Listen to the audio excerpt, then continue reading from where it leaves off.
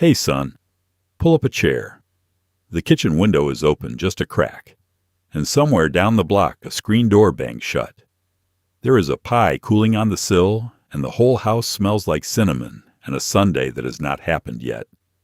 Tonight, we are going somewhere stranger than your spice cabinet and warmer than the oven your mother never let cool all the way down. The American kitchen of the 1950s. A place where a woman could feed a family of 6 on what you now spend on a single fancy coffee, with your name spelled wrong on the cup, where the refrigerator hummed in the corner like a faithful old dog, and where just about every problem on God's green earth could apparently be solved with baking soda, a clean dish towel, and a look that meant you had better not track mud across the linoleum. If you find yourself drifting off somewhere in the middle of all this, that is allowed. Let it play soft and low. And if any of it stirs up a kitchen you used to know, do me one small kindness and tap that like button. Subscribe so you do not lose the way back, and leave a comment telling me whose kitchen you are picturing right now. I read every one of them. The channel is also living on Spotify these days, so if you would rather close your eyes and only listen, the link is sitting patiently for you down in the description.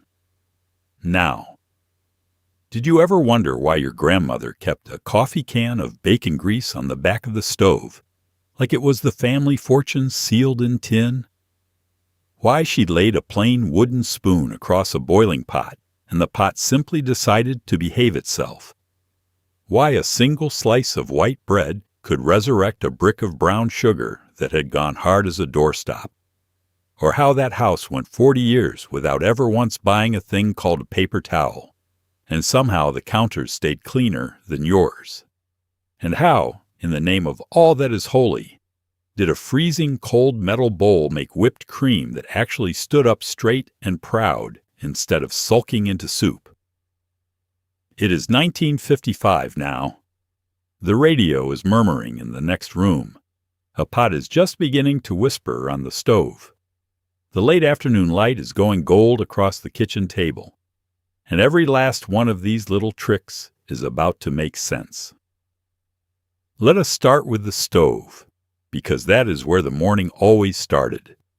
You have a pot of water climbing toward a boil, and you turn your back for one honest second to find a colander, and that is the exact moment it decides to revolt. The foam swells up over the rim like something alive, hissing onto the burner, and you come running with a towel. But in your grandmother's kitchen, this almost never happened, and the reason was sitting right there in plain sight. She had laid a single wooden spoon flat across the top of the pot, like a little bridge over a river, and somehow that humble piece of maple kept the whole thing calm and collected. It looked like a superstition. It was not. It was physics, quietly doing a favor. Here is what was actually happening. When water comes to a hard boil, it throws up a froth of starchy bubbles, and that froth needs a surface to cling to in order to keep climbing toward the edge. A cool wooden spoon laid across the rim does 2 quiet jobs at once. The wood is just cool enough to burst the bubbles that rise up and touch it, knocking the foam back down before it can crest the lip of the pot. And wood does not carry heat the way a metal lid would, so it stays cool enough to keep doing its work, even sitting over a rolling boil, even as everything beneath it roars. It is not magic, and it is not luck. It is the patient, sensible behavior of a material that had been in kitchens for centuries, before anyone bothered to explain why it worked. You can almost picture the scene: the pot of potatoes, or the pot set for the noodles, or the great kettle of water put on to boil for the canning on a hot August afternoon, the steam fogging the bottom of the window, the wooden spoon laid across the top like the most casual thing in the world. Your grandmother did not stand guard over it. She did not hover with a towel, brace for the overflow. She set the spoon, turned her attention to the dozen other things demanding it, and trusted the spoon to hold the line. And it did, shift after shift, supper after supper, for years on end. Think about how we handle the very same problem now.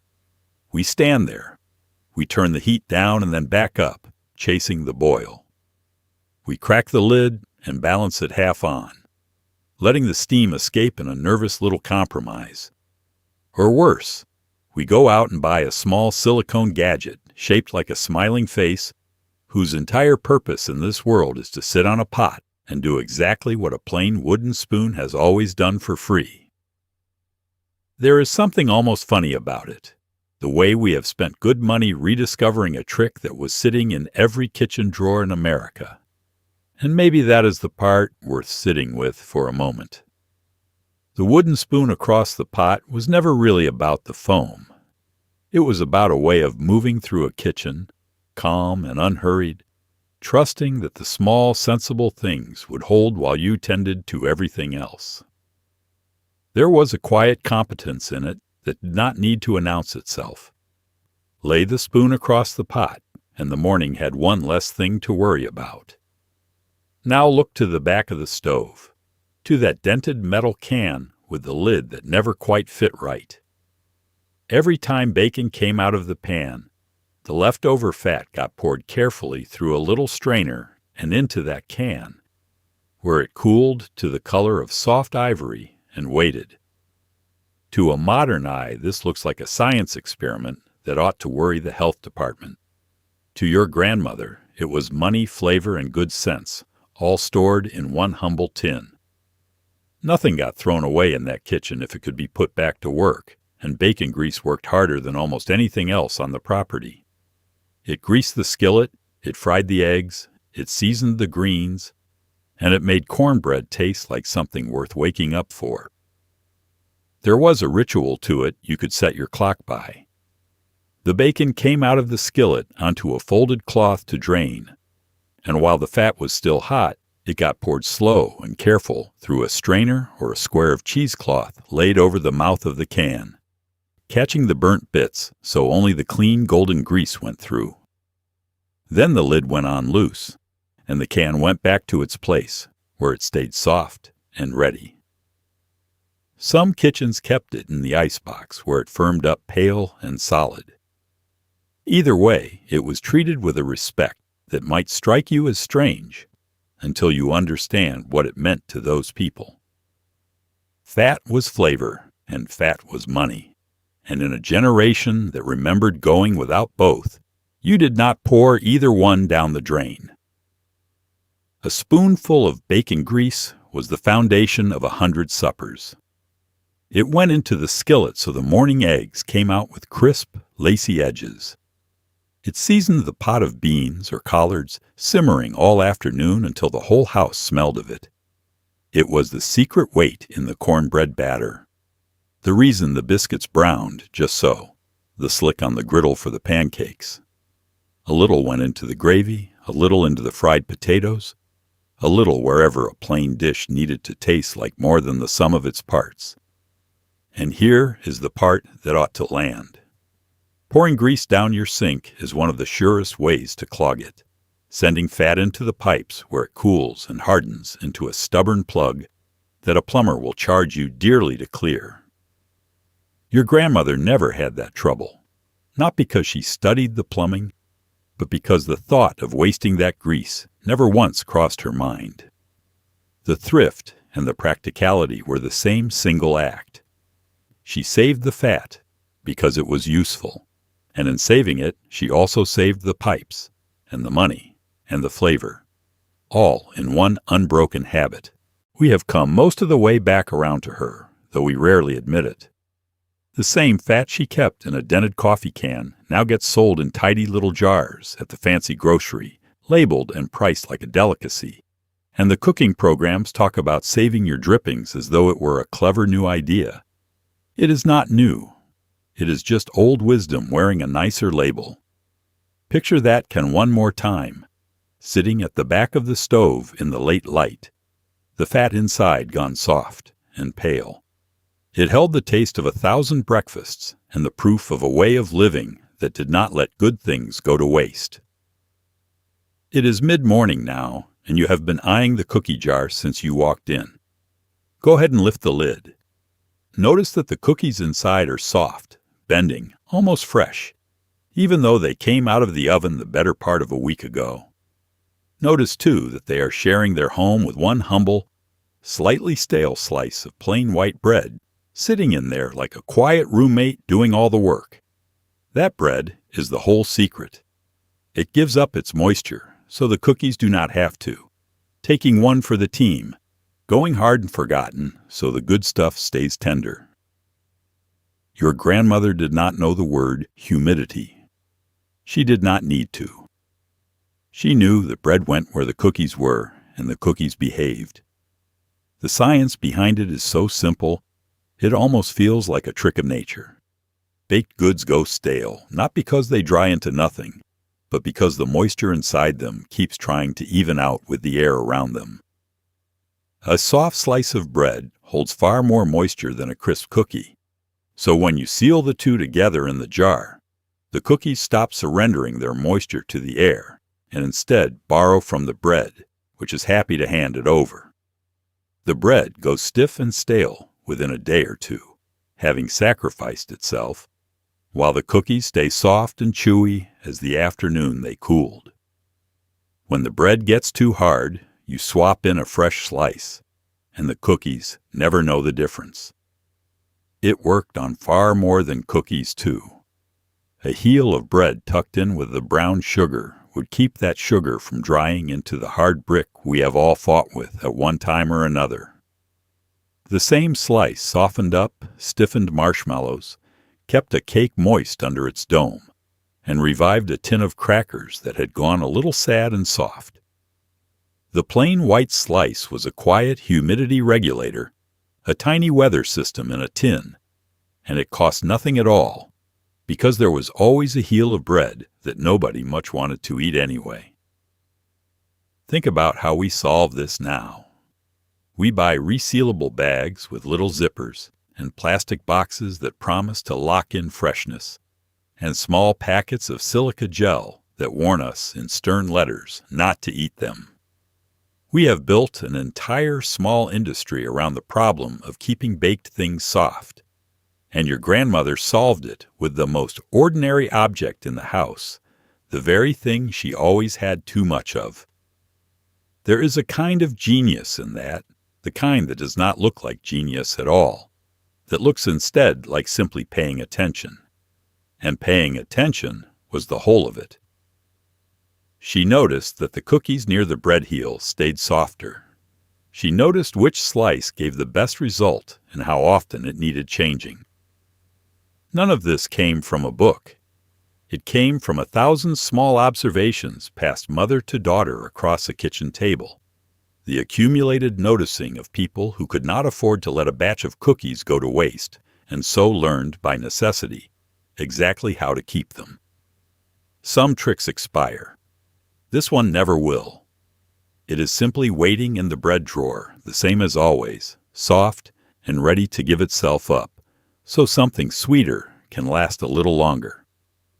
Open the cabinet under the sink and the one above the stove, and you will find the same orange and yellow box in both places.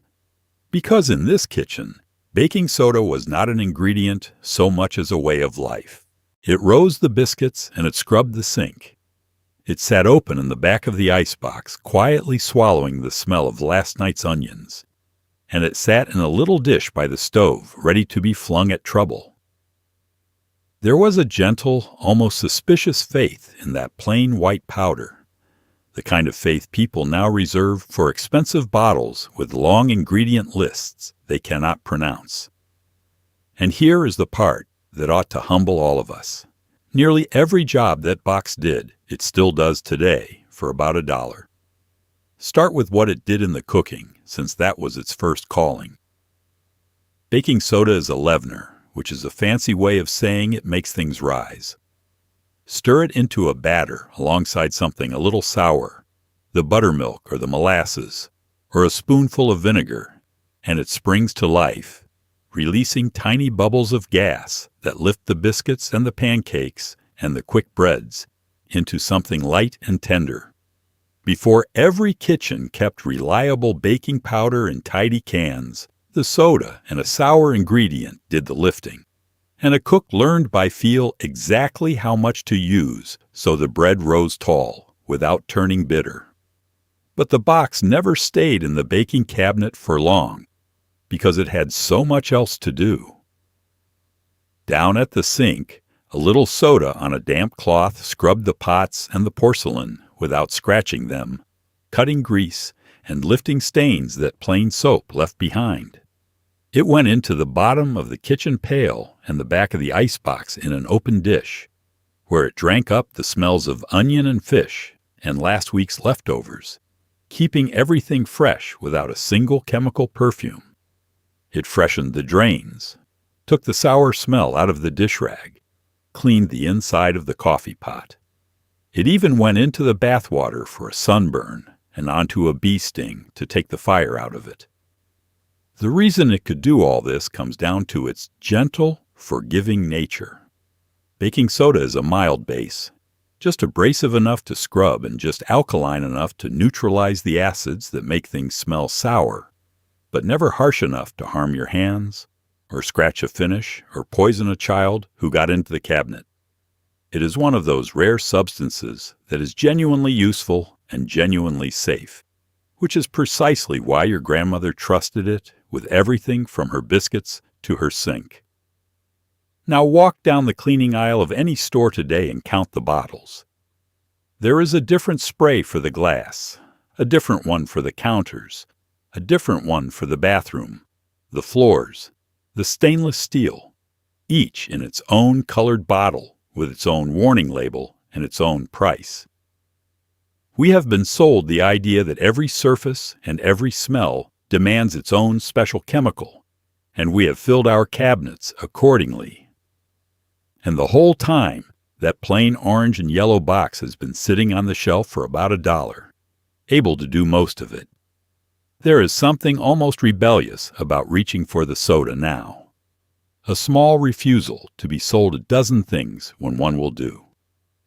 In a world that keeps trying to sell us complicated answers, there is real comfort in a simple one that has been right the whole time. If baking soda was the general, white vinegar was the soldier who actually went out and did the fighting. There was always a jug of it under the sink, plain and cheap and sharp enough to make your eyes water if you leaned in too close. Your grandmother mixed it with water in an old spray bottle and went to war on the windows, the countertops, the coffee maker, the stubborn ring inside the kettle. She splashed it in the rinse water, and the whites came out white. She poured it down a sluggish drain and listened to it fizz. The whole house carried a faint, clean, pickle-adjacent smell for an hour afterward, and then it faded, and what was left behind simply shone. The reason it worked so well on so much comes down to one plain fact. Vinegar is a mild acid, and an enormous share of household grime is alkaline. Hard water leaves chalky deposits that are alkaline. Soap scum is alkaline. The cloudy film on glasses, the crust inside the kettle, the ring around the tub, all of it gives way to a splash of something acidic. So where baking soda neutralized the sour acids, vinegar went after the opposite kind of mess. And between the two of them, your grandmother had nearly every cleaning job in the house covered for the price of a box and a jug. She used it everywhere, once you started watching for it. The windows, of course, sprayed and wiped until they shone. The coffee pot run through with the vinegar and water mixed to cut the bitter buildup that no amount of plain rinsing could touch. The kettle freed of its chalky lining by a good long simmer of vinegar. It went into the wash to brighten the whites and soften the towels without the heavy perfume of store-bought softener. It loosened a stuck jar lid, lifted a sticker, cleaned the crisper drawer in the icebox, and wiped the cutting board clean of yesterday's onion. Mixed with a little oil, it even dressed the salad, which tells you something about how safe and ordinary the stuff really was. There is a small comedy in the way it took over a kitchen for an hour. The whole house would go sharp and tangy, that unmistakable smell rising off every clean surface. And the children would wrinkle their noses and ask what on earth she was doing. And then, the way it always does, the smell would simply lift and vanish on its own as the vinegar dried, taking the grime and the germs and the stale odors out the door with it, leaving behind nothing but clean. That disappearing act was part of the appeal. It did the work, and then it got out of the way. Compare that to the cabinet under your sink right now. The glass cleaner, the all-purpose spray, the descaling tablets for the coffee maker, the fabric softener, the stainless polish, each one engineered and bottled to convince you that you cannot live without it. We have been taught to be a little afraid of grime and to believe that fighting it requires an arsenal. Your grandmother fought the same grime and won, with a single cheap jug that also happened to dress her salad. There was no anxious reading of labels, no wondering whether this spray was safe near food or that one safe near children. It was vinegar. She could clean the whole kitchen and then turn around and cook supper in it without a second thought, because nothing she had used could hurt a soul. That kind of ease is harder to find now, but it is still right there on the bottom shelf of the grocery, cheap as ever, sharp as ever. Now we come to the moment every cook feared, the one nobody talked about until it happened. The skillet gets too hot, the fat catches, and suddenly there is a small, angry fire dancing on top of your supper. Your every instinct screams to throw water on it, and your every instinct is dead wrong, because water in hot grease does not put out a fire so much as launch it at the ceiling. Your grandmother knew this in her bones. That is why there was always a box of plain salt within arm's reach of the stove, and why, in a crisis, she could smother a flare-up with a calm handful of it before you even finished gasping. It is the kind of cool head that came from cooking on real fire her whole life. Understand first why the water instinct is so dangerous.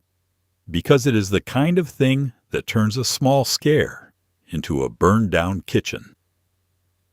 Burning grease is far hotter than boiling water.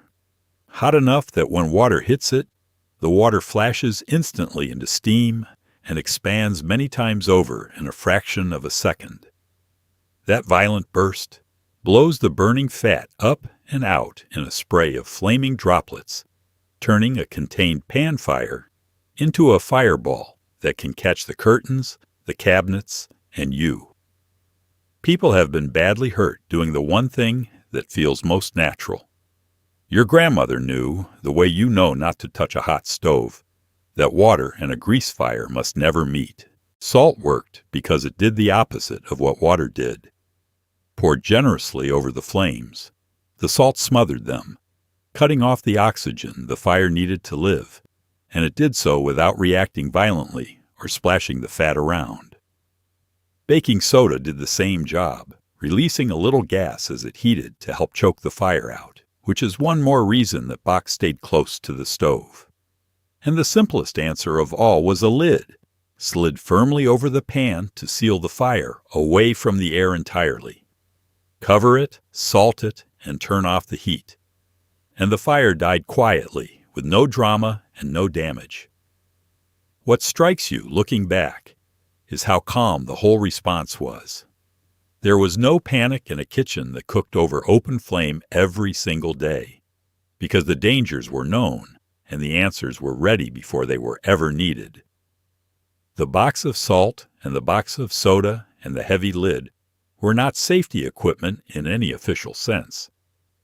They were just there, part of the furniture of a working kitchen, and they happened to be exactly what a grease fire required.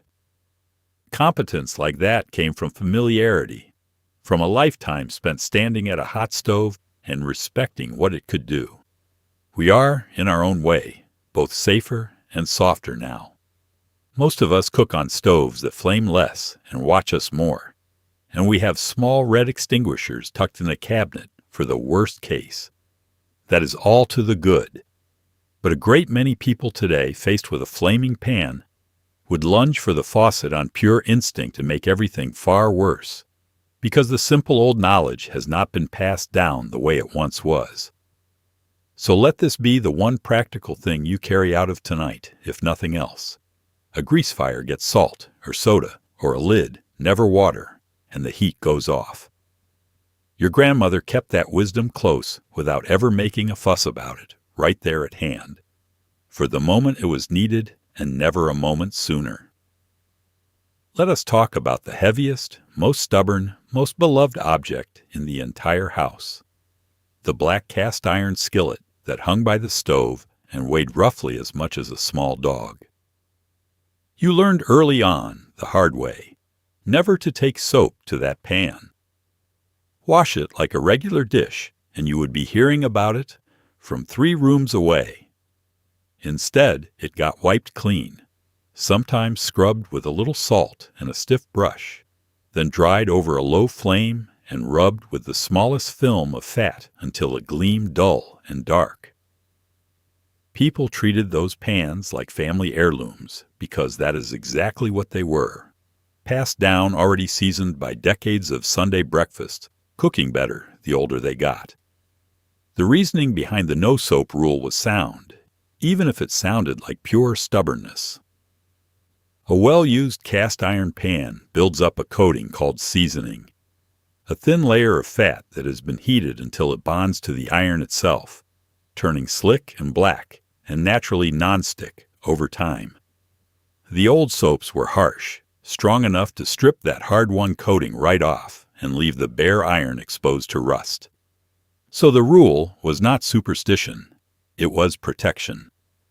You did not wash away the very thing that made the pan worth cooking in. You wiped it, you wore it in, and you guarded that black sheen like the treasure it was. The care of it was a quiet daily ritual. After cooking, while the pan was still warm, it got wiped out with a cloth, and if something had stuck, a handful of coarse salt and a stiff brush scrubbed it loose without harming the surface, the salt acting as a gentle scouring grit. A quick rinse with hot water was allowed when needed, but never a soak, never a sink full of suds.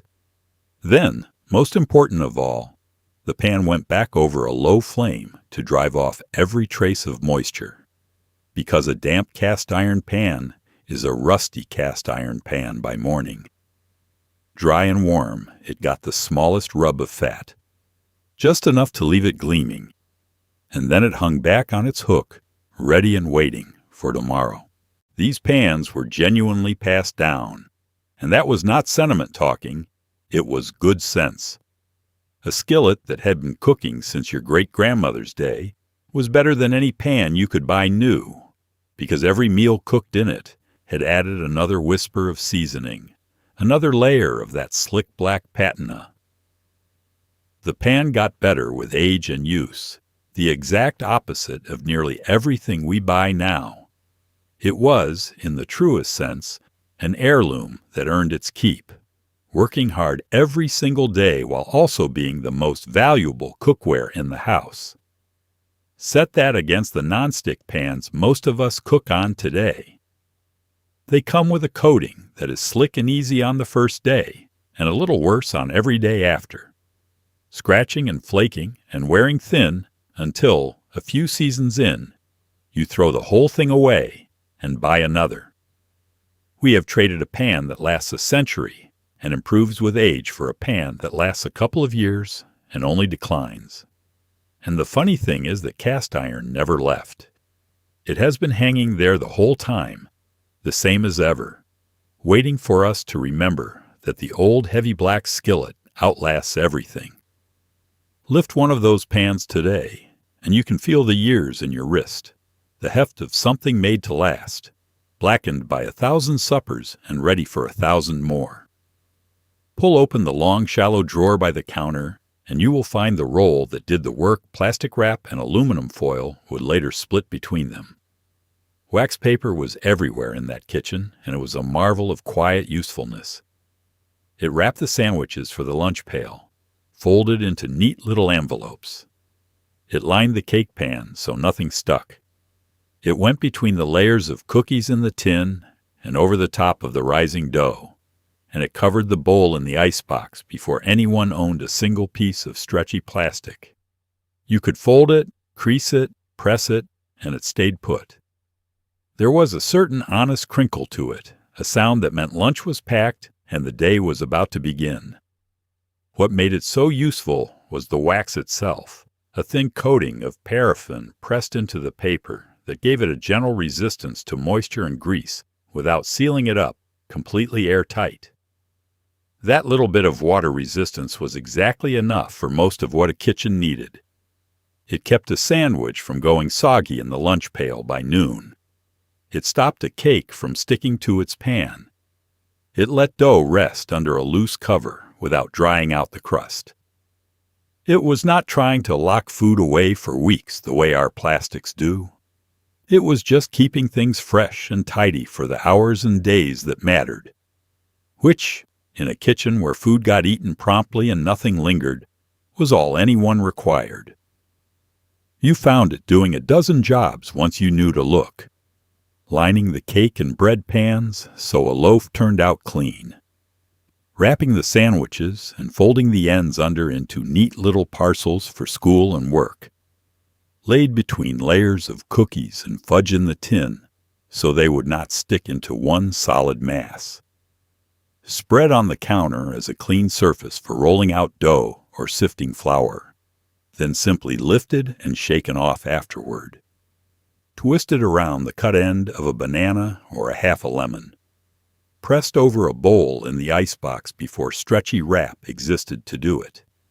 It was endlessly foldable, holding whatever shape your hands gave it, and that obedience made it feel almost like a partner in the work.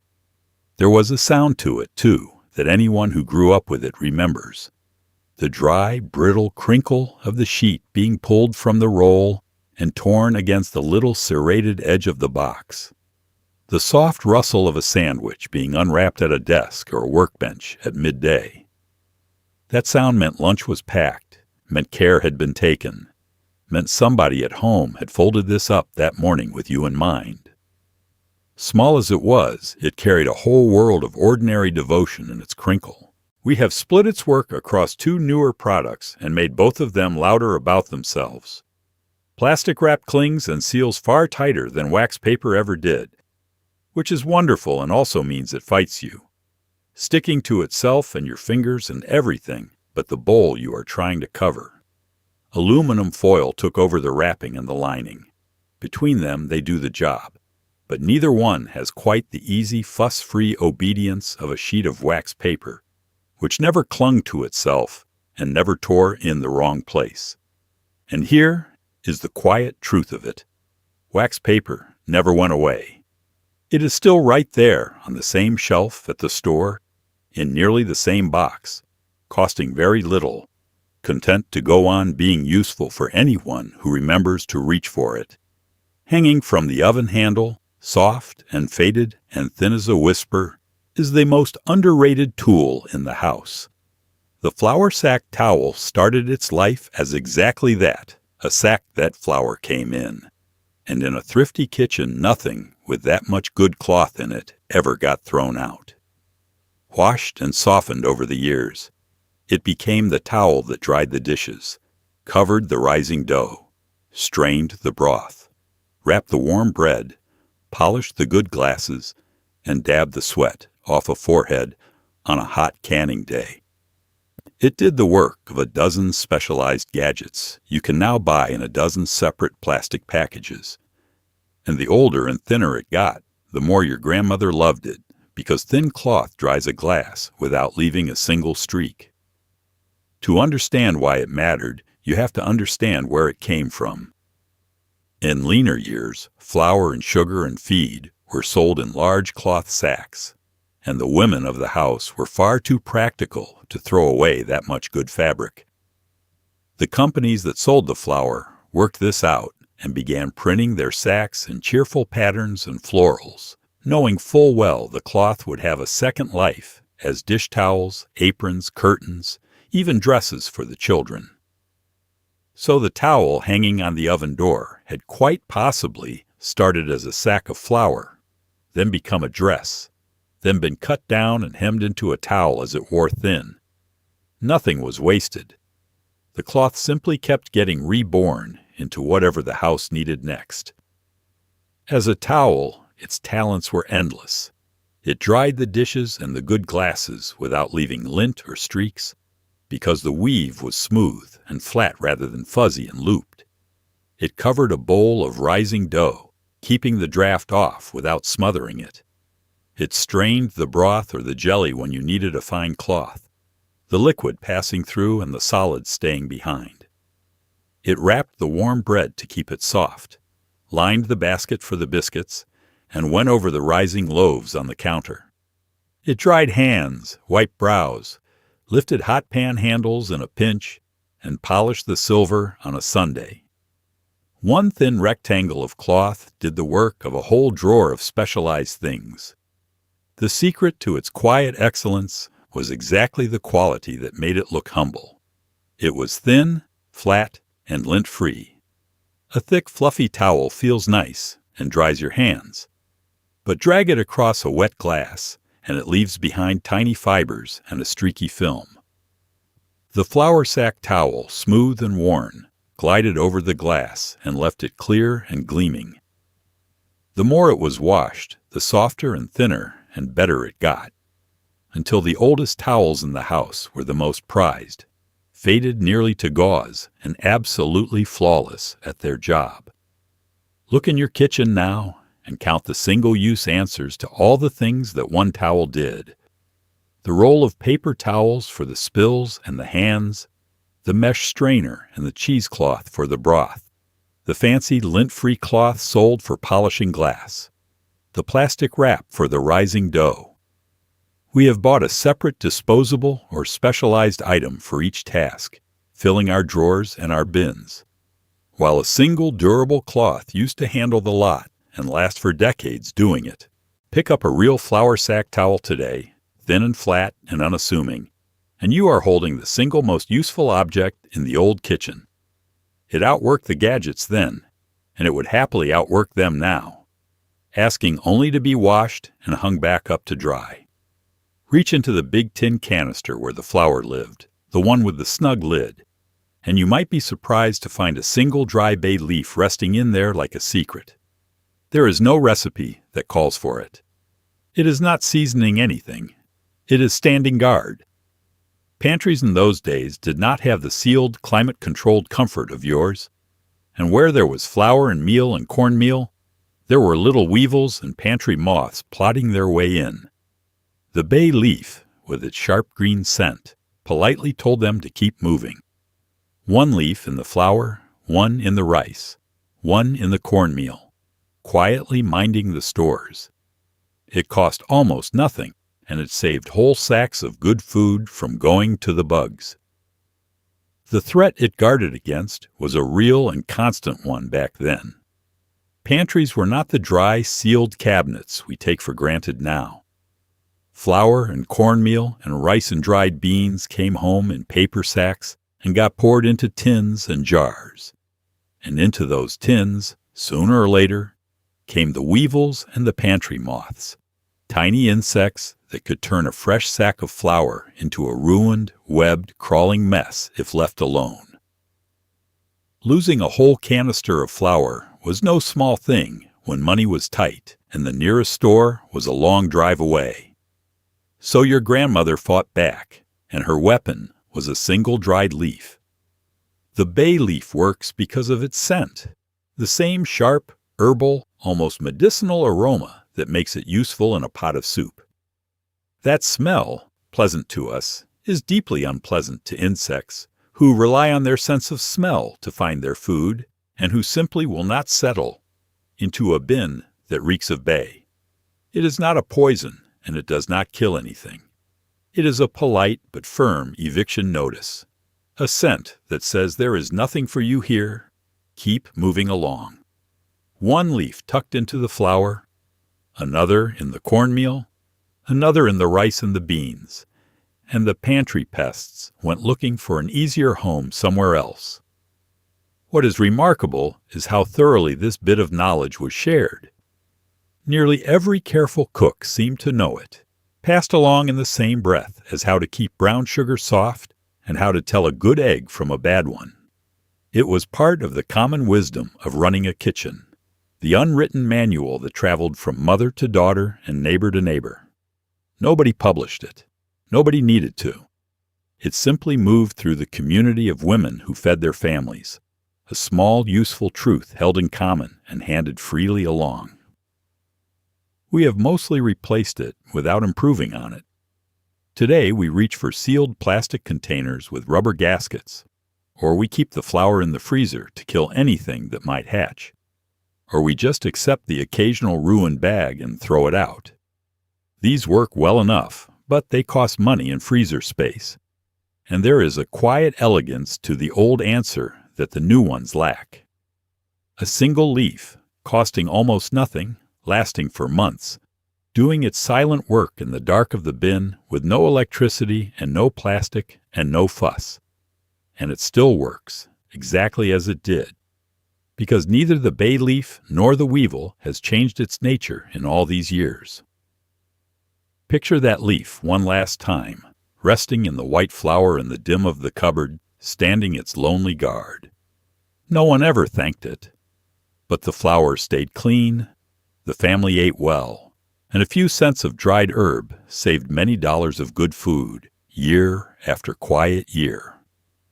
It is the next morning now, and the loaf on the counter has gone hard and tired overnight, the way bread did before it was full of things designed to keep it soft for a month. In your house, this loaf would head straight for the trash. In hers, it headed for resurrection. She would run the whole loaf quickly under the tap, just a splash of water on the crust, then slide it into a warm oven for a few short minutes. What came out was nothing short of a small miracle. The crust crisp again, the inside soft and steaming, smelling for all the world like it had just been baked. Day-old bread was never a problem in that kitchen. It was simply a loaf waiting for its second morning. What was happening inside that loaf is one of the most satisfying bits of kitchen science there is because it can be undone. Bread does not go stale simply by losing water to the air, though that happens too.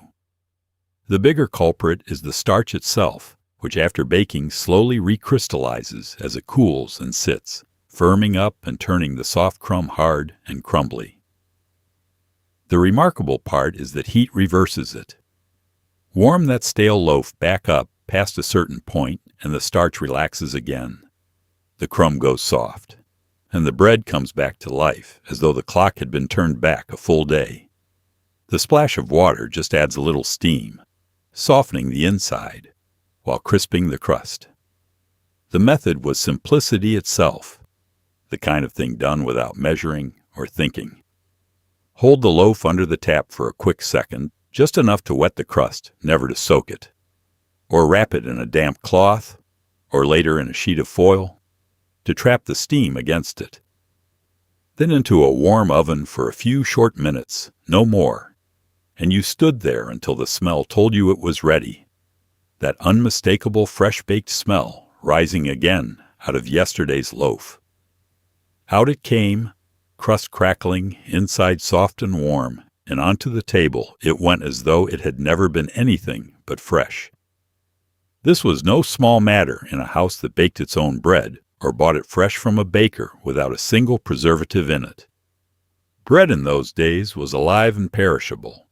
It was glorious on the first day and stiff by the second, with none of the chemistry that keeps a modern grocery loaf soft and squishy for 2 weeks in its plastic bag.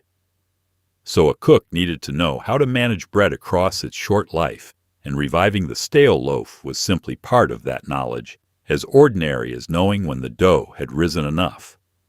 And what was not eaten fresh or revived found yet another life. Truly hard bread became breadcrumbs, toasted and crushed for the top of a casserole. It became the base of a bread pudding, soaked in custard and baked into dessert. It thickened a soup and soaked up the gravy.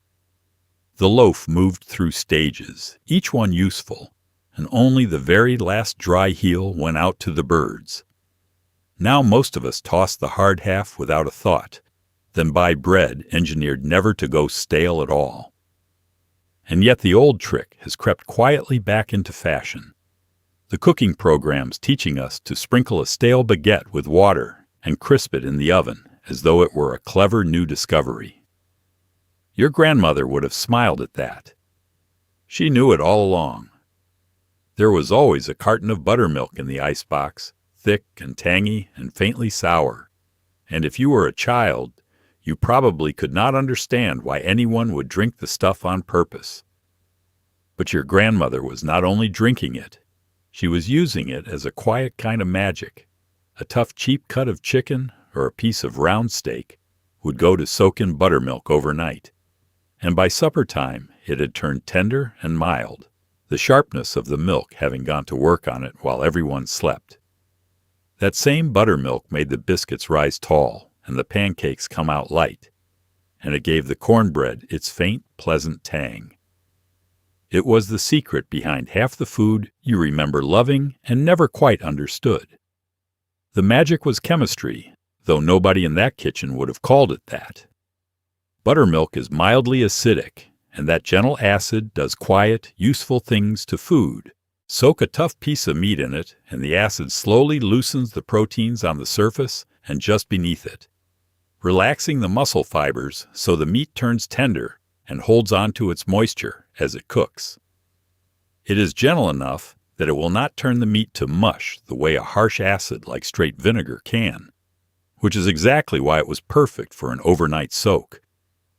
The chicken went into the buttermilk after supper and came out the next day mild, tender, and ready for the skillet. That overnight soak is the true secret behind the fried chicken people still dream about. The buttermilk tenderized the bird, and it also clung to the surface just enough that the flour coating gripped it and fried up into that craggy golden crust. There was nothing fancy about it. A cheap, tough hen, a bath of buttermilk, a dredge in seasoned flour, and a deep skillet of hot fat, and you had a Sunday dinner the whole family came running for.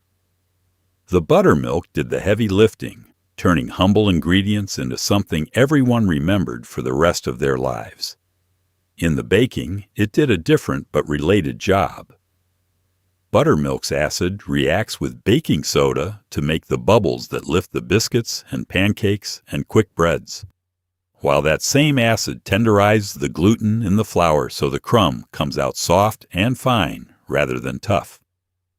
This is why the old biscuits were so good, why the pancakes were so fluffy, why the cornbread had that faint pleasant tang and that tender bite.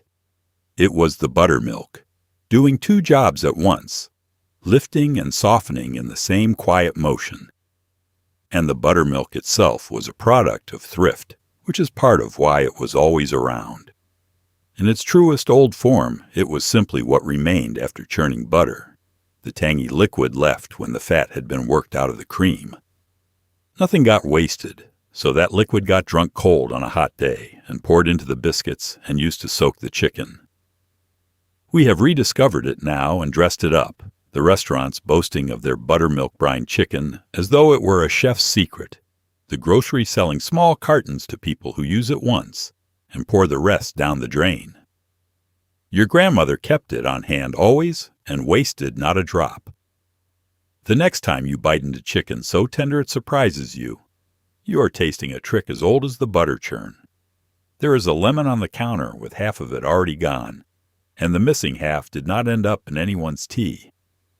Your grandmother used lemons the way she used salt and vinegar, as a tool more than a flavor. She rubbed a cut half over the wooden cutting board to scrub away the smell of onions and fish. She squeezed it over sliced apples so they would not go brown before the pie was made. She used it to brighten dull brass, to take the stubborn smell of garlic off her own hands, to whiten a tea-stained cup. A lemon was sunshine you could hold, and not one drop of it went to waste in a kitchen where waste was practically a sin. The reason a lemon could do so much comes down to what it is made of. The juice is full of citric acid, a mild natural acid that cuts through grease, dissolves the mineral film left by hard water, and neutralizes the alkaline compounds that make many smells so stubborn. The peel holds fragrant oils that lift odors and leave a clean, bright scent behind. Put those together, and you have a little yellow toolkit.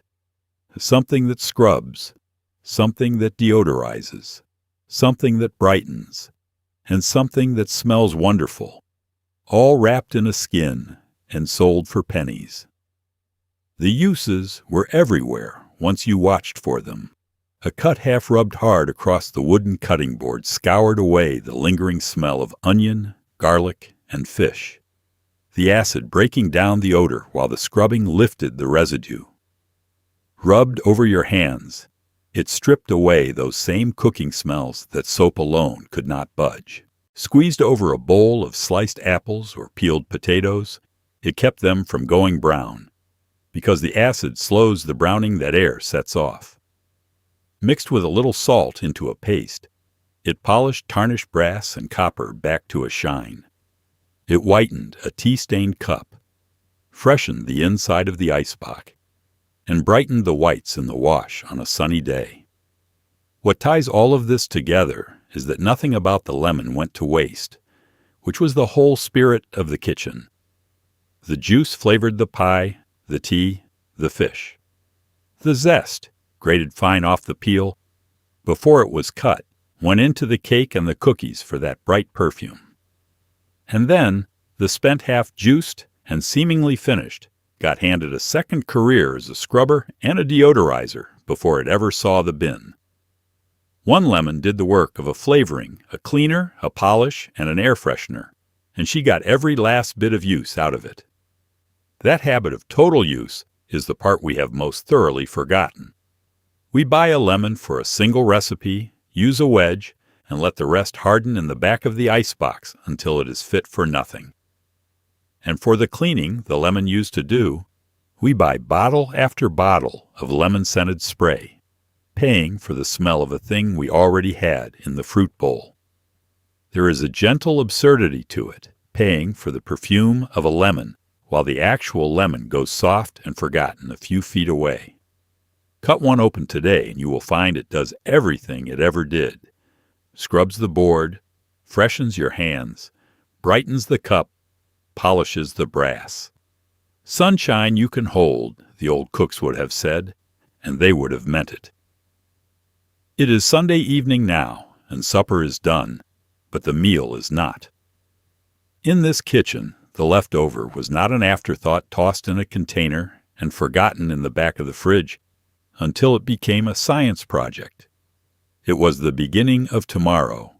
Last night's roast became hash for breakfast and sandwiches for the lunch pail. The bones became the broth that became the soup that fed everyone again on Wednesday.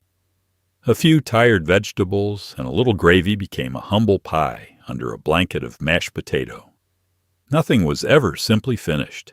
It moved forward, transformed, stretched across the week with a quiet kind of genius that came from never ever having enough to throw any of it away.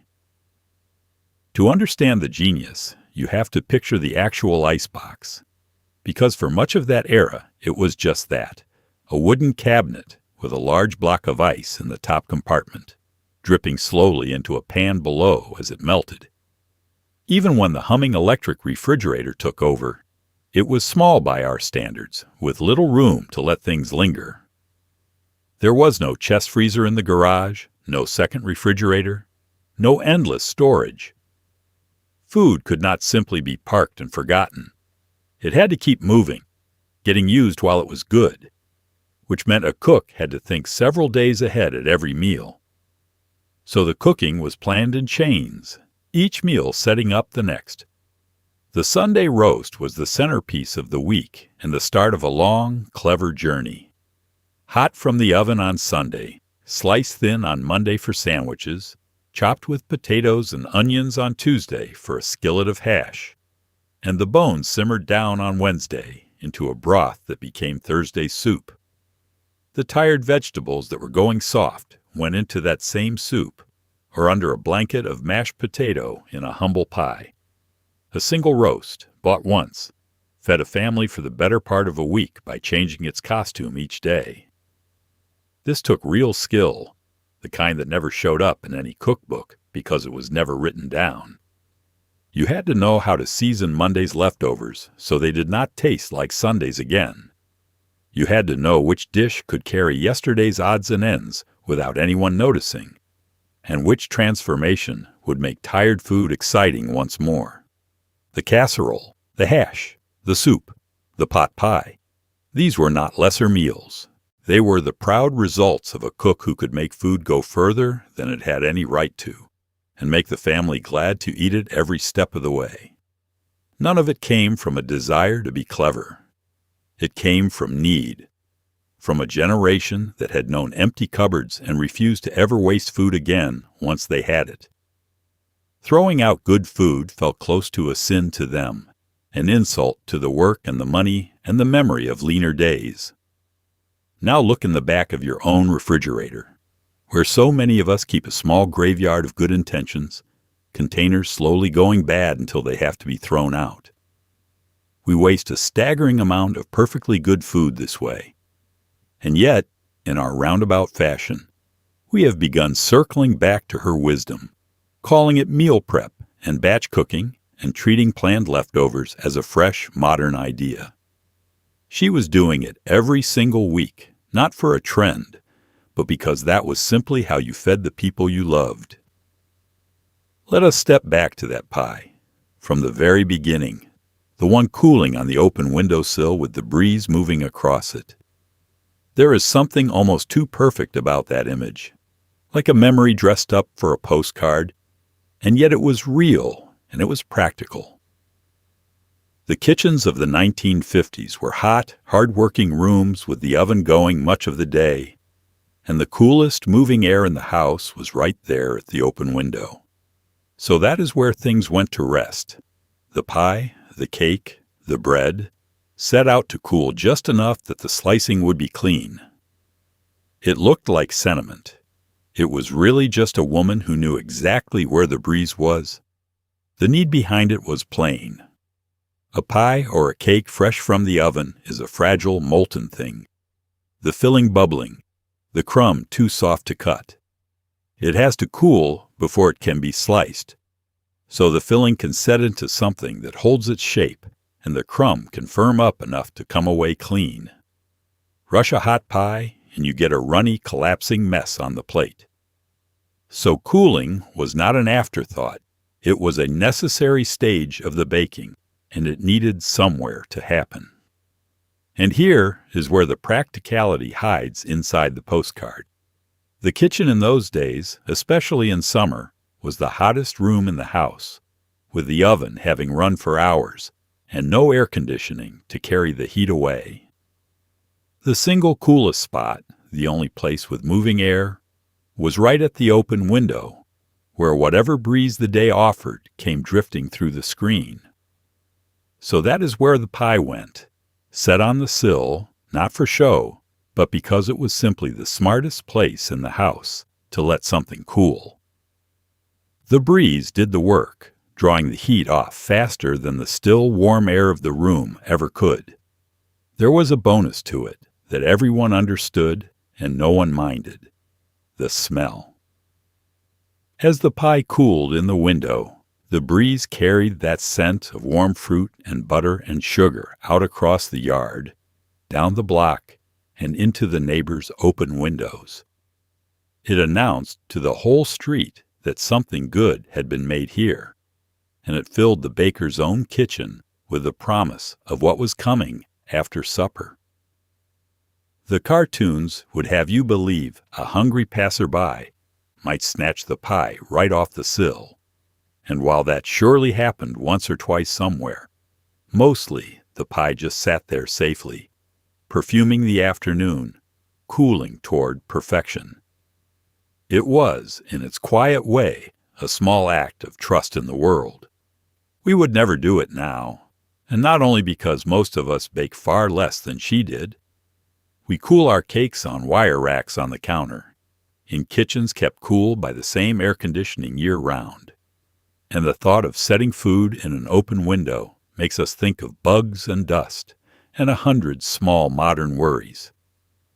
We have traded the breeze for the rack and the open window for the sealed house, and gained comfort while losing something harder to name. But close your eyes, and you can still see it. The pie on the sill, the curtains stirring, the gold light of the late afternoon. The whole neighborhood quietly told that supper would be sweet. It was practical and beautiful at the same time, the way the best of those old ways so often were. Here is the answer to one of the questions I left you wondering about at the start.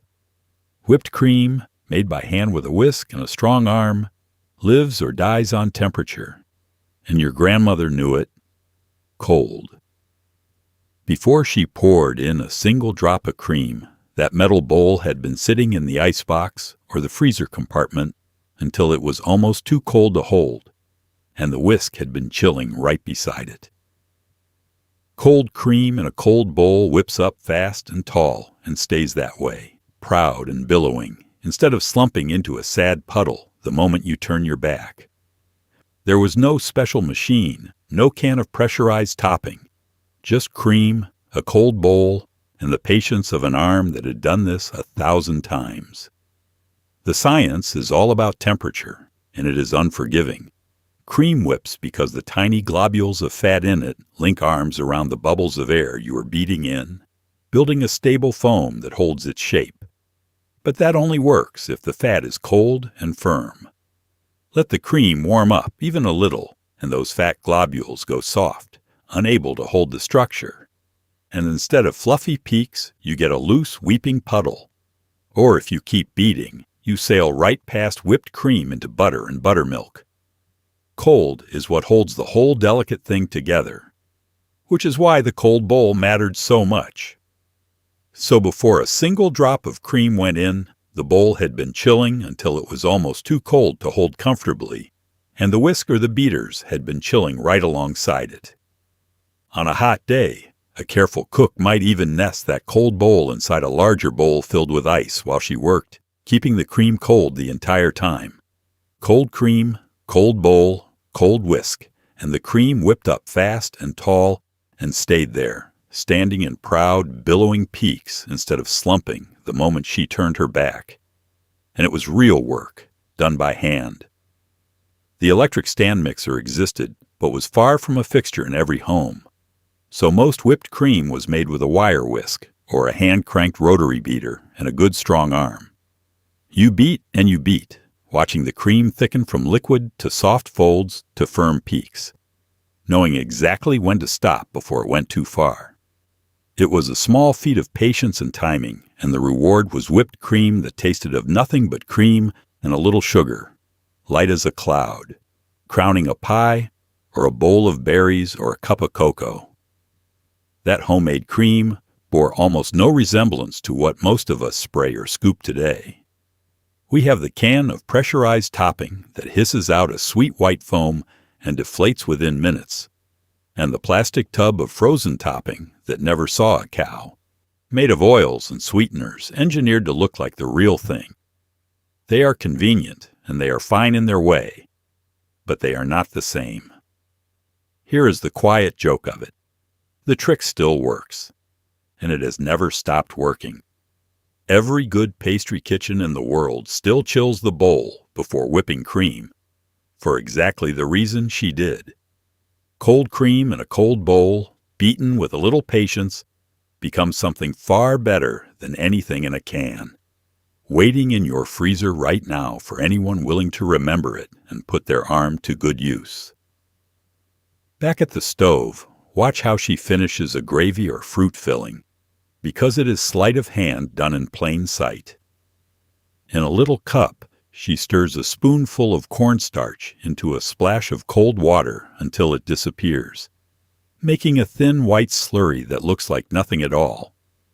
Then she trickles it into the bubbling pot, stirring all the while, and within a minute the thin, watery sauce turns glossy and thick and clings to the spoon. No lumps, no fuss, no flour cooked into a paste first. It was the trick behind the silky pie fillings and the gravy that coated the mashed potatoes just right. A pantry staple that cost pennies and made everything on the plate look like it knew what it was doing. The science is a small marvel of how starch behaves. Cornstarch is nearly pure starch, made of tiny granules that, when heated in liquid, swell up and burst, releasing long molecules that tangle together and trap the water around them, turning a thin liquid thick and glossy.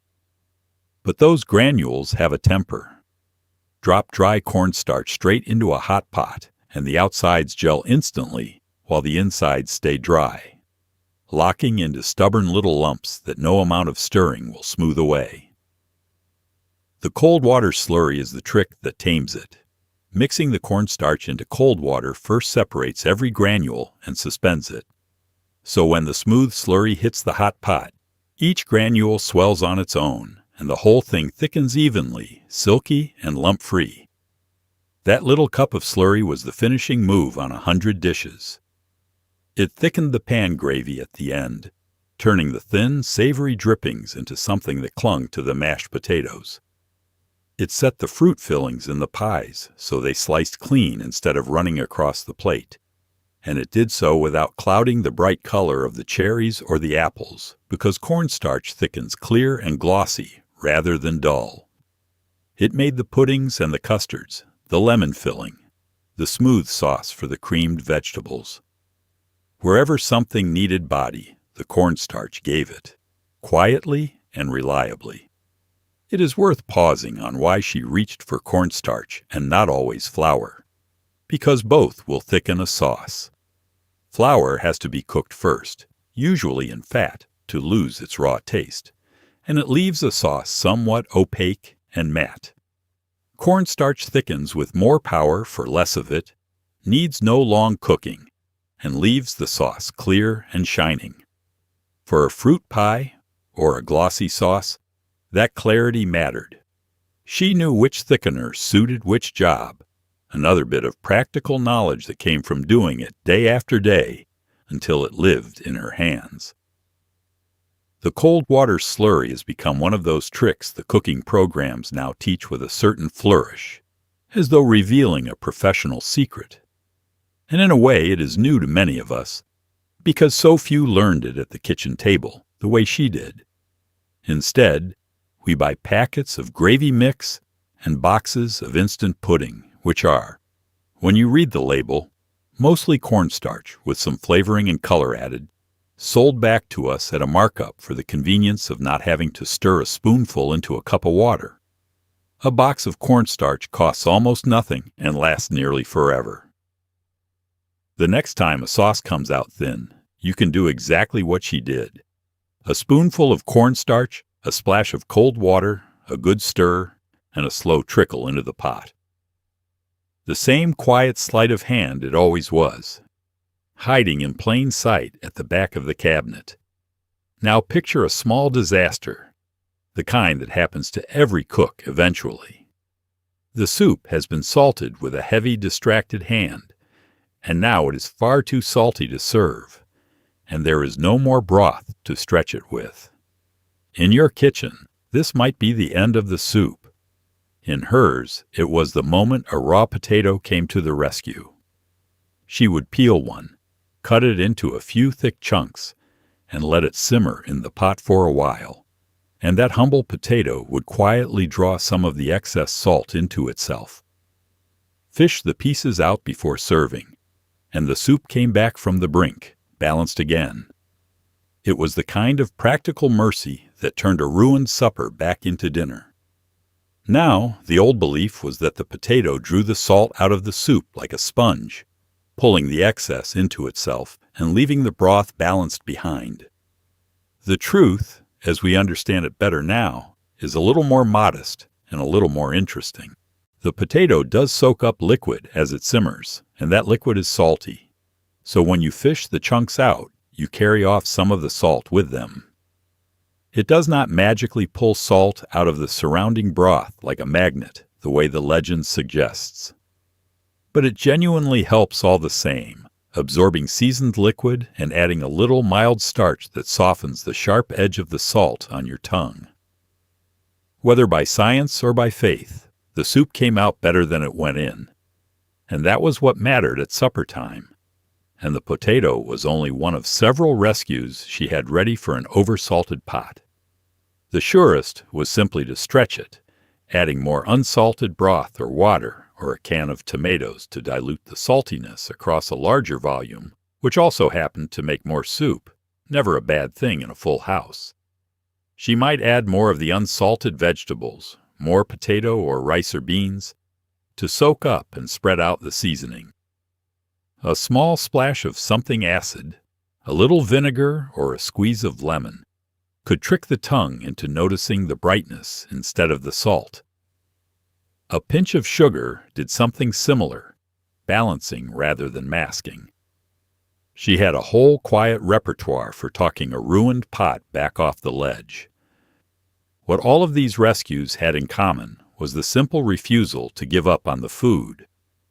A pot of oversalted soup was not a failure to be poured down the drain and started over. It was a problem to be solved, and solving it was just part of cooking, no more remarkable than seasoning it in the first place. That mindset that almost nothing was truly beyond saving if you kept your head ran through everything she did at the stove. Mistakes were not catastrophes. They were puzzles, and she had been solving them for so long that she barely broke stride. We have largely lost both the tricks and the temperament. Faced with the soup we have oversalted, many of us would either choke it down or tip the whole pot out and feel defeated, never having learned that a few simple moves could bring it back. The potato trick survives mostly as a thing people argue about, half insisting it works and half insisting it is a myth, missing the larger point entirely. The point was never the potato. The point was that you do not throw away good food over a fixable mistake. So keep the humble potato in mind the next time your hand slips with the salt box along with the rest of her tricks. More liquid, a touch of acid, a little patience. The supper that felt ruined a moment ago comes back to the table just fine. It is early again, and the percolator is doing its slow morning gurgle on the stove.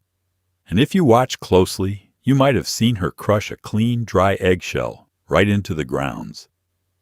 It looks like she has lost her mind, sprinkling garbage into the family coffee. She has not. In the days of percolators and boiled coffee, the brew could turn bitter and cloudy, and the eggshell gently softened that bitterness and helped the loose grounds settle to the bottom instead of swimming in your cup. The result was a smoother, clearer pot, the kind that did not need 3 spoons of sugar to be drinkable. It was country wisdom, passed down from a time when nobody owned a paper filter. To make sense of it, you have to remember how coffee was made before the drip machine took over every counter. In a percolator, boiling water cycled again and again up through the grounds, and in a plain pot of boiled coffee, the grounds simply steeped loose in the water. Both methods could easily go bitter, the long hot contact pulling harsh acidic flavors out of the grounds, and both left fine sediment swimming in the cup with no paper filter to catch it. So coffee in those days often needed a little help to be smooth and clear, and the eggshell was the help. The shell worked on 2 fronts at once. It is made largely of calcium carbonate, which is mildly alkaline, so it neutralized some of the acid that made the brew taste bitter and sharp, rounding the coffee into something softer and easier on the stomach. And the shell, along with any bit of egg white still clinging to it, helped gather up the fine floating grounds, binding them together so they sank to the bottom of the pot instead of muddying the cup. The result was a clearer, smoother, less bitter pot of coffee, the kind you could drink black without wincing. This was no fringe practice. In some traditions, it went a step further into what was called egg coffee, where a whole egg, shell and all, was crushed and stirred right into the dry grounds before brewing, the white doing a beautiful job of clarifying the whole pot into something remarkably clean and bright. Church basements and farmhouse kitchens across whole regions made coffee this way for crowds, and the people who grew up on it will tell you it was the best coffee they ever had. There was a cousin to the trick, too, that some swore by. A tiny pinch of salt added to the grounds, which also cut the bitterness and smoothed the brew. Between the eggshell and the pinch of salt, a cook had simple, free ways to turn harsh coffee gentle, using nothing but what was already on hand.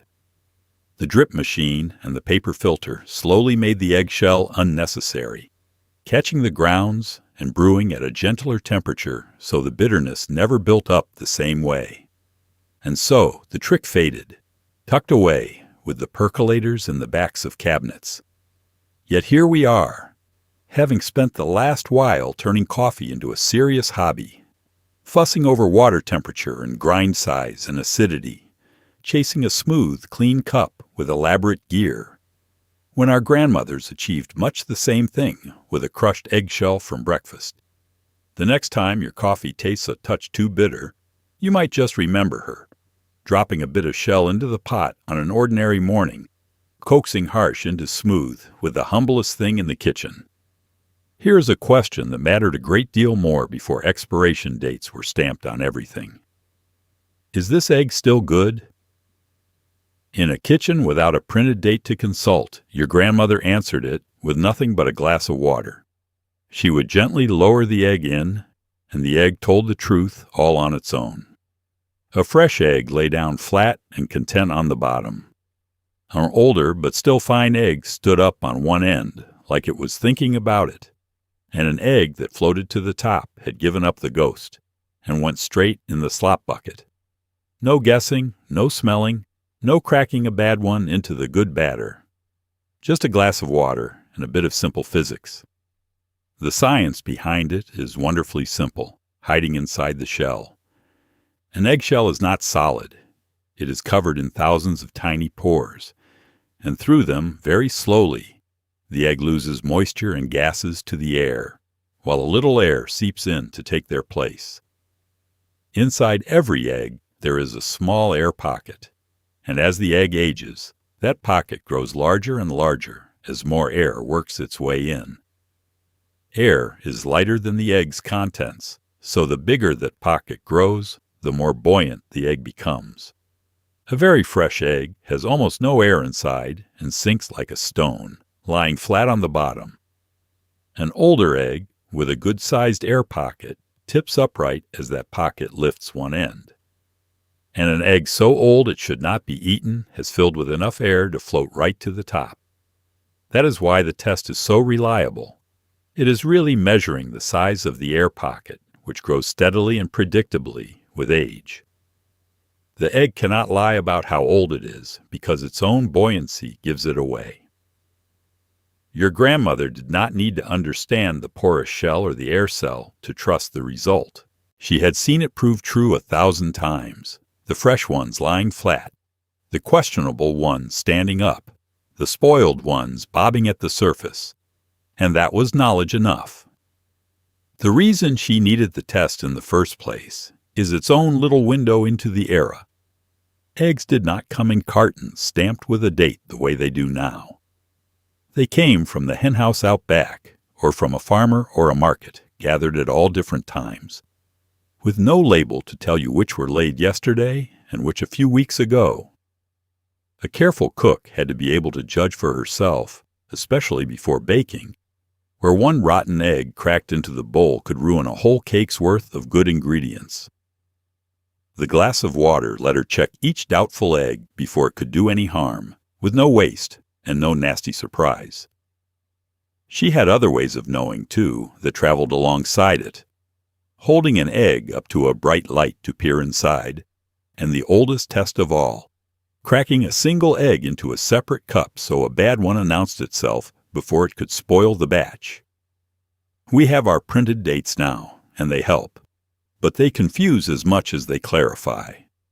Those dates are cautious, often marking when a store should sell the egg rather than when it truly goes bad, and many a perfectly good egg gets tossed simply because a number has passed.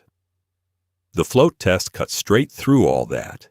It still works exactly as it always did, because eggs and water and air have not changed their natures one bit. Lower a doubtful egg into a glass tonight, and it will tell you the truth.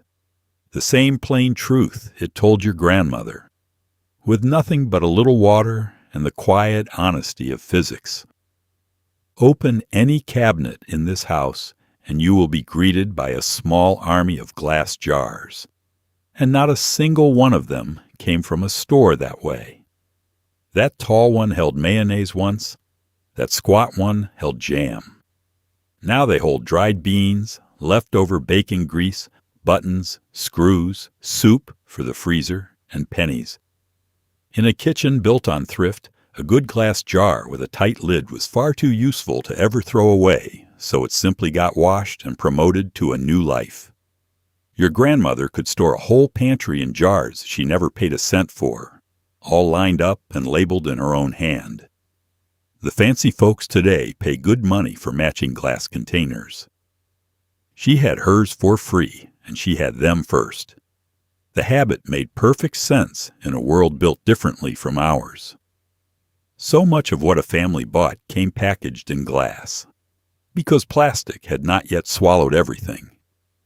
Mayonnaise, jam, peanut butter, pickles, mustard, all of it arrived in sturdy glass jars with metal lids, and every one of those jars was a small gift of free storage the moment it was emptied. On top of that, many homes did their own canning, putting up the summer's vegetables and fruit in mason jars to last the winter. So glass jars were simply part of the language of the kitchen. To throw a good one away would have seemed as strange as throwing away a perfectly good spoon. So they got washed, and the labels soaked off, and they went to work in their second lives. In the pantry, they held dried beans and rice and flour and sugar, lined up where you could see at a glance what was running low. In the icebox, they held leftover soup and gravy and the saved bacon grease. Out in the garage, the old jars held nails and screws and washers and buttons, often with the lid nailed up under a shelf so the jar could be twisted off with one hand. They became drinking glasses, vases for cut flowers, vessels for the homemade jam given to a neighbor, containers for freezing the summer's berries. One jar could pass through a dozen jobs across the years. Glass earned all that trust because it was, frankly, a better material than most of what replaced it. It did not stain the way plastic does, did not soak up the smell of last week's onions, did not warp or cloud or scratch. You could pour boiling water into it to sterilize it, run it through the hottest wash, use it for the most acidic pickles, and it came through unbothered. A glass jar with a good lid was nearly immortal, and it kept your food clean and tasting like itself rather than like the container. For a kitchen that needed its storage to last and its food to keep, glass was simply the right answer. There is a real comedy in where we have ended up. We toss our jars into the recycling, or more often the trash, package after package, and then turn around and buy brand new mason jars by the case, paying good money to use them for storing food and organizing screws, the exact things she did for free. The very same jars that were once just humble packaging are now sold to us as a tasteful rustic lifestyle, photographed in bright kitchens and filled with overnight oats. The next jar you empty does not have to go anywhere but the dish rack. Wash it, peel the label, and you have a free, durable, beautiful container that will outlast most things you could buy. Come with me to the windows on cleaning day, where you will catch her doing something that looks completely backward. She has her vinegar and water in the spray bottle, but instead of a cloth, she is wiping the glass down with crumpled up sheets of yesterday's newspaper.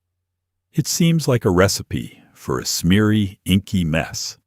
It is the opposite.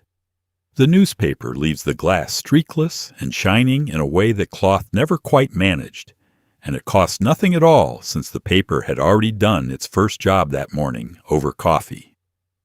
The windows came out clear enough to make you forget they were there. One more thing used twice.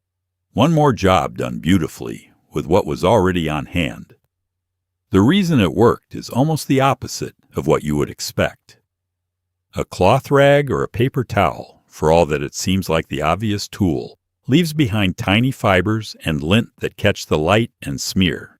So you wipe a window clean, only to find it streaked and fuzzy when the sun hits it. Newspaper does not do that. The paper is dense and tightly made, with no loose fibers to shed, so it wipes the glass without leaving anything behind. Its faint texture gives just enough gentle friction to buff the surface, and paired with the vinegar that cut the grime, it left the glass clear and streakless in a way a cloth simply could not match. The method was easy and quick. She would splash the vinegar and water onto the glass, give it a first wipe to lift the dirt, and then take a few sheets of crumpled newspaper and buff the window dry, working in circles until it nearly squeaked. The crumpling mattered, giving the paper body and lots of edges to work with.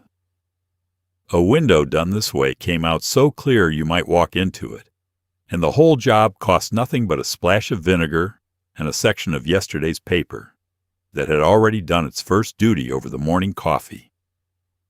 That double use was the quiet heart of it. The newspaper had been bought to be read, and it had been read, and most households simply threw it out afterward. Using it to clean the windows was one more job squeezed out of a thing already paid for. One more example of that constant, almost reflexive thrift that ran through the whole house. Nothing had just one purpose. The paper informed you in the morning and polished your windows in the afternoon. And only then was it truly finished. We went away from this for a long while, into the era of the blue glass spray and the roll of paper towels, which together do an acceptable job while making a great deal of waste, and, if you look closely in the sunlight, more than a few streaks. But here is the part that should make you smile. The cleaning world has circled right back to her wisdom. Only now it sells the answer as the microfiber cloth, a specially woven lint-free fabric marketed as a modern marvel for streak-free glass. It does the very same job the newspaper did, except that she got there for free. There is one honest wrinkle worth mentioning. Today's newspapers, with their glossier pages and different inks, do not always work quite as well as the rough old newsprint of her day. But the principle behind it stands as true as ever, that a dense, lint-free material and a little vinegar will outclean a fancy spray and a fuzzy towel any day. Step out to the back porch where the cookout happens and watch how the grill gets cleaned, because it is not with a wire brush from the hardware store. Once the grates are good and hot, your grandfather spears half a raw onion on a long fork and rubs the cut side hard across the bars. The onion sizzles and hisses and breaks down the stuck-on char, and it leaves behind a faint savory scent that does the next batch of burgers no harm at all. The same trick worked on the inside of the oven and the bottom of a scorched pot. An onion was a degreaser, a deodorizer, and a scrubber, all for a few cents, and it never once needed a warning label. The trick works for reasons you can almost see happening. When the cut face of the onion hits the hot grates, its moisture flashes to steam, and that steam, along with the onion's natural oils and sulfur compounds, helps loosen the burnt, carbonized crust stuck to the metal. At the same time, the onion itself acts as a scrubber, its firm flesh dragging across the bars and lifting the gunk away.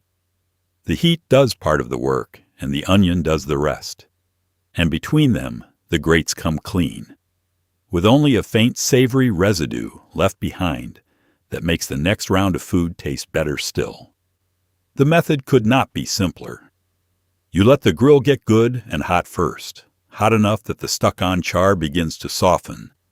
Then you spear half a raw onion cut side out on a long fork and scrub it firmly back and forth across the bars. It sizzles and steams and smells wonderful, and in a minute or two the grates are clean and ready. There was no special tool, no bottle of grill cleaner, just the half onion that was probably already on the cutting board for the burgers anyway, put to one more good use before it ever went into the pan. The onion's talents did not stop at the grill, at least not in the wisdom of the time. A cut onion left out in a freshly painted room was believed to soak up the harsh smell of the paint. Half an onion set in the icebox was said to absorb odors, and one placed in a sick room was thought to clear the air, though that last one drifted more into folklore than fact. What is certainly true is that the onion was treated as a humble household helper as much as a food, a cheap and natural thing you could put to work on smells and grime when you needed to. Some of those beliefs held up better than others, but the spirit behind them, reaching for a plain kitchen item instead of a manufactured product, was sound. Now here is where the old way turns out to be not just charming, but genuinely safer. For decades, we cleaned our grills with stiff wire brushes, and those brushes have a nasty habit of shedding tiny metal bristles that stick to the grates, end up in the food, and can be swallowed, causing real and serious injury. It is a true hazard that sends people to the hospital every grilling season. The humble onion has no such problem. It cleans the grates well and leaves nothing dangerous behind, which is exactly why you now see the onion trick recommended again as the safe alternative to the wire brush, an old method rediscovered for a very modern reason. Picture the scene one more time, the charcoal glowing, the summer evening settling in, your grandfather at the grill with a long fork and half an onion, scrubbing the bars clean in a haze of fragrant steam before the burgers go on. It looked like a man simply making do, and it was, but it was smarter and safer than what we replaced it with. Reach far into the back of the spice cabinet and you will find a small tin of fine white powder that most people today have never once opened. Cream of tartar earned its keep at the stove, holding up the egg whites for a meringue and keeping the frosting smooth. But your grandmother knew its other life, too. Mixed with a little water into a paste, it lifted the brown stains out of the aluminum pots and brought the dull spots back to a shine on the metal sink. It scrubbed the burned ring off the bottom of a pan and the rust marks off the porcelain.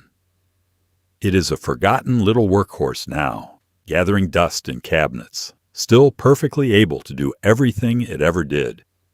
To know why it could do so much, it helps to know what it is. Cream of tartar is a fine white powder left behind in the barrels when grapes are made into wine, a natural byproduct refined into a mild acid that has quietly served kitchens for generations. That gentle acidity is the whole secret to its many talents. In the cooking, it is what holds beaten egg whites firm and glossy, so a meringue stands tall and does not weep. It keeps the sugar from turning grainy in a frosting or a batch of candy. And combined with baking soda, it is half of what makes baking powder work, which is why a pinch of it gives certain cookies their signature tang and tender, springy bite. But your grandmother knew its second life just as well as its first. Mixed with a little water into a paste, cream of tartar became a gentle scouring cleaner, the mild acid going to work on stains and discoloration, while the fine powder provided just enough grit to scrub without scratching. She used it to lift the dark, dingy stains out of her aluminum pots, bringing the dull gray metal back to a clean shine. She used it on the stained porcelain of the sink and the tub, on the burnt ring at the bottom of a scorched pan, on rust marks and hard water spots, and the tarnish on brass and copper. A paste of cream of tartar, sometimes sharpened with a little vinegar or a squeeze of lemon, tackled the stubborn jobs that plain soap walked right past. The reason it worked on all of these comes back to that mild acid. Many of the worst kitchen stains are mineral deposits and oxidation. The dark discoloration on aluminum, the rust spots, the chalky hard water film, and a mild acid dissolves exactly that kind of stain, loosening it so it wipes away. Pair the dissolving power of the acid with the gentle abrasion of the powder, and you have a cleaner that is tough on the grime, but easy on the surface, safe enough to use on the very pots you cook your supper in. It was the same logic as the vinegar and the lemon, just in a powder she already had on the spice shelf. That is the quiet tragedy of cream of tartar today. Most kitchens have a tin of it somewhere in the back of the cabinet, bought years ago for a single recipe and barely touched since, slowly going forgotten behind the things we reach for every day. We have lost the knowledge that it was ever anything more than a baking curiosity. And so, for the jobs it used to do, we buy specialized cleaners, the aluminum brightener, and the porcelain scrub, and the rust remover, each in its own bottle, never knowing the answer was sitting in our own spice rack the whole time. So pull that little tin back out and put it to work. It will still stiffen your meringue and still scrub your stained pot exactly as it always did, because nothing about it has changed in all the years it spent gathering dust. Let us end where all of these little tricks truly came from, because not one of them was really about a wooden spoon or a slice of bread or a glass of water. They came from a single deep belief that ran through that whole generation, like a river under the floorboards, that you do not waste what you have been given. These were people who had come up through hard times, who remembered empty cupboards, and who carried that memory into kitchens that were finally full again. So the coffee grounds went out to feed the roses. The vegetable ends went into the stock pot. The grease was saved, the jars were kept, the stale bread was reborn. Every hack we have walked through tonight was just the daily practical face of that one quiet idea, and it is the idea, more than any trick, that still works today. These were people shaped by hard history. Many of them had come up through the Great Depression as children, watching their own parents stretch nothing into something, and then through the war years of rationing, when sugar and butter and meat and even metal were carefully measured out and nothing at all could be spared. By the time they had kitchens of their own in the comfortable years that followed, that scarcity was burned into them. There was a saying that captured the whole of it, passed down like a small prayer. Use it up, wear it out, make it do, or do without. It was not a slogan to them. It was simply how a person lived. You can see that single idea behind every trick we have walked through tonight, like one thread running through the whole cloth. The bacon grease saved in the can, because fat was too precious to pour away. The bread revived in the oven, because a loaf was not garbage, just because it had gone stale. The jars washed and kept, the lemon used down to its rind. The leftover roast carried clear across the week, the bay leaf guarding the flour, the vegetable ends going into the stock pot, the coffee grounds going out to the garden. None of these were separate, clever ideas. They were all the same idea, the refusal to waste, showing up in 100 small daily forms. And underneath the thrift was something even deeper, something that looked a great deal like dignity. To use a thing fully, to mend it rather than replace it, to know how to make do, was a kind of competence and self-respect. It meant you were not helpless, not dependent on buying a new solution every time something broke or ran low. There was quiet pride in a well-run kitchen where nothing was wasted, in being the kind of person who could feed a family well on very little and make it look easy. That pride was its own reward, and it held a household steady through lean times and full ones alike. Set that beside the world most of us live in now, and the contrast is stark. We live in an age of the disposable, of things designed to be thrown away or to break just past their warranty, of food bought and forgotten and tossed in staggering amounts, of reaching for a new purchase as the answer to almost any small problem. We have grown comfortable enough to waste, and somewhere along the way, the old knowing of how not to waste began slipping quietly out of the family, untaught and unlearned. And yet, in our own time, you can feel people reaching back for it, calling it sustainability, calling it zero waste, calling it frugal living, rediscovering as a virtue the very thing she practiced simply because she had to. So if you carry one thing out of this long, warm evening, let it not be only the wooden spoon or the eggshell or the half an onion. Let it be the idea behind them all, that the things you have are worth using well, that very little is truly beyond saving, and that there is a quiet grace in wasting nothing. The tricks still work, every one of them, but the mindset that made them is the real inheritance, handed down from a generation that knew how to make do, still waiting, patient as a bay leaf in the flower, for any of us willing to take it up. Let us linger in the kitchen a while longer, because tucked under the sink, folded flat, is a stack of plain brown paper grocery bags, and in your grandmother's hands, those bags were quietly indispensable.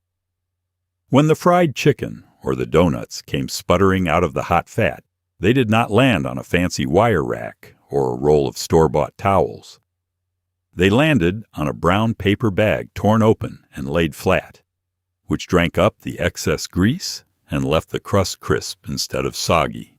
And when the tomatoes from the garden or the green bananas from the market needed a little help ripening, they went into a brown paper bag, folded shut, and came out a day or two later, soft and sweet.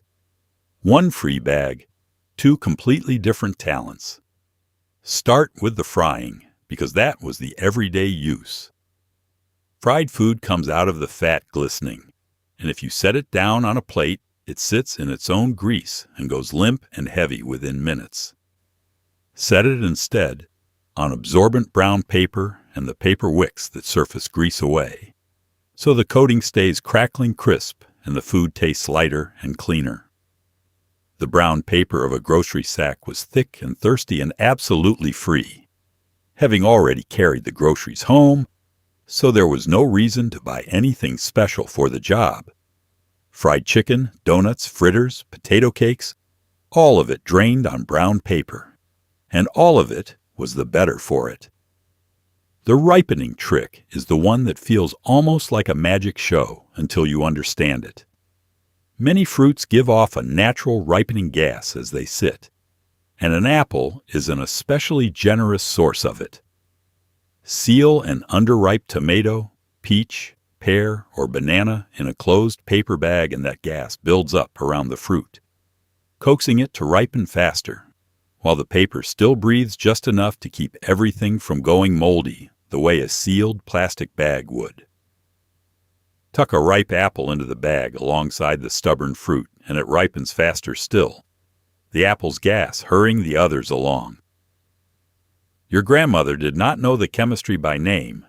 She just knew that the bag and an apple turned hard fruit soft, and that was enough.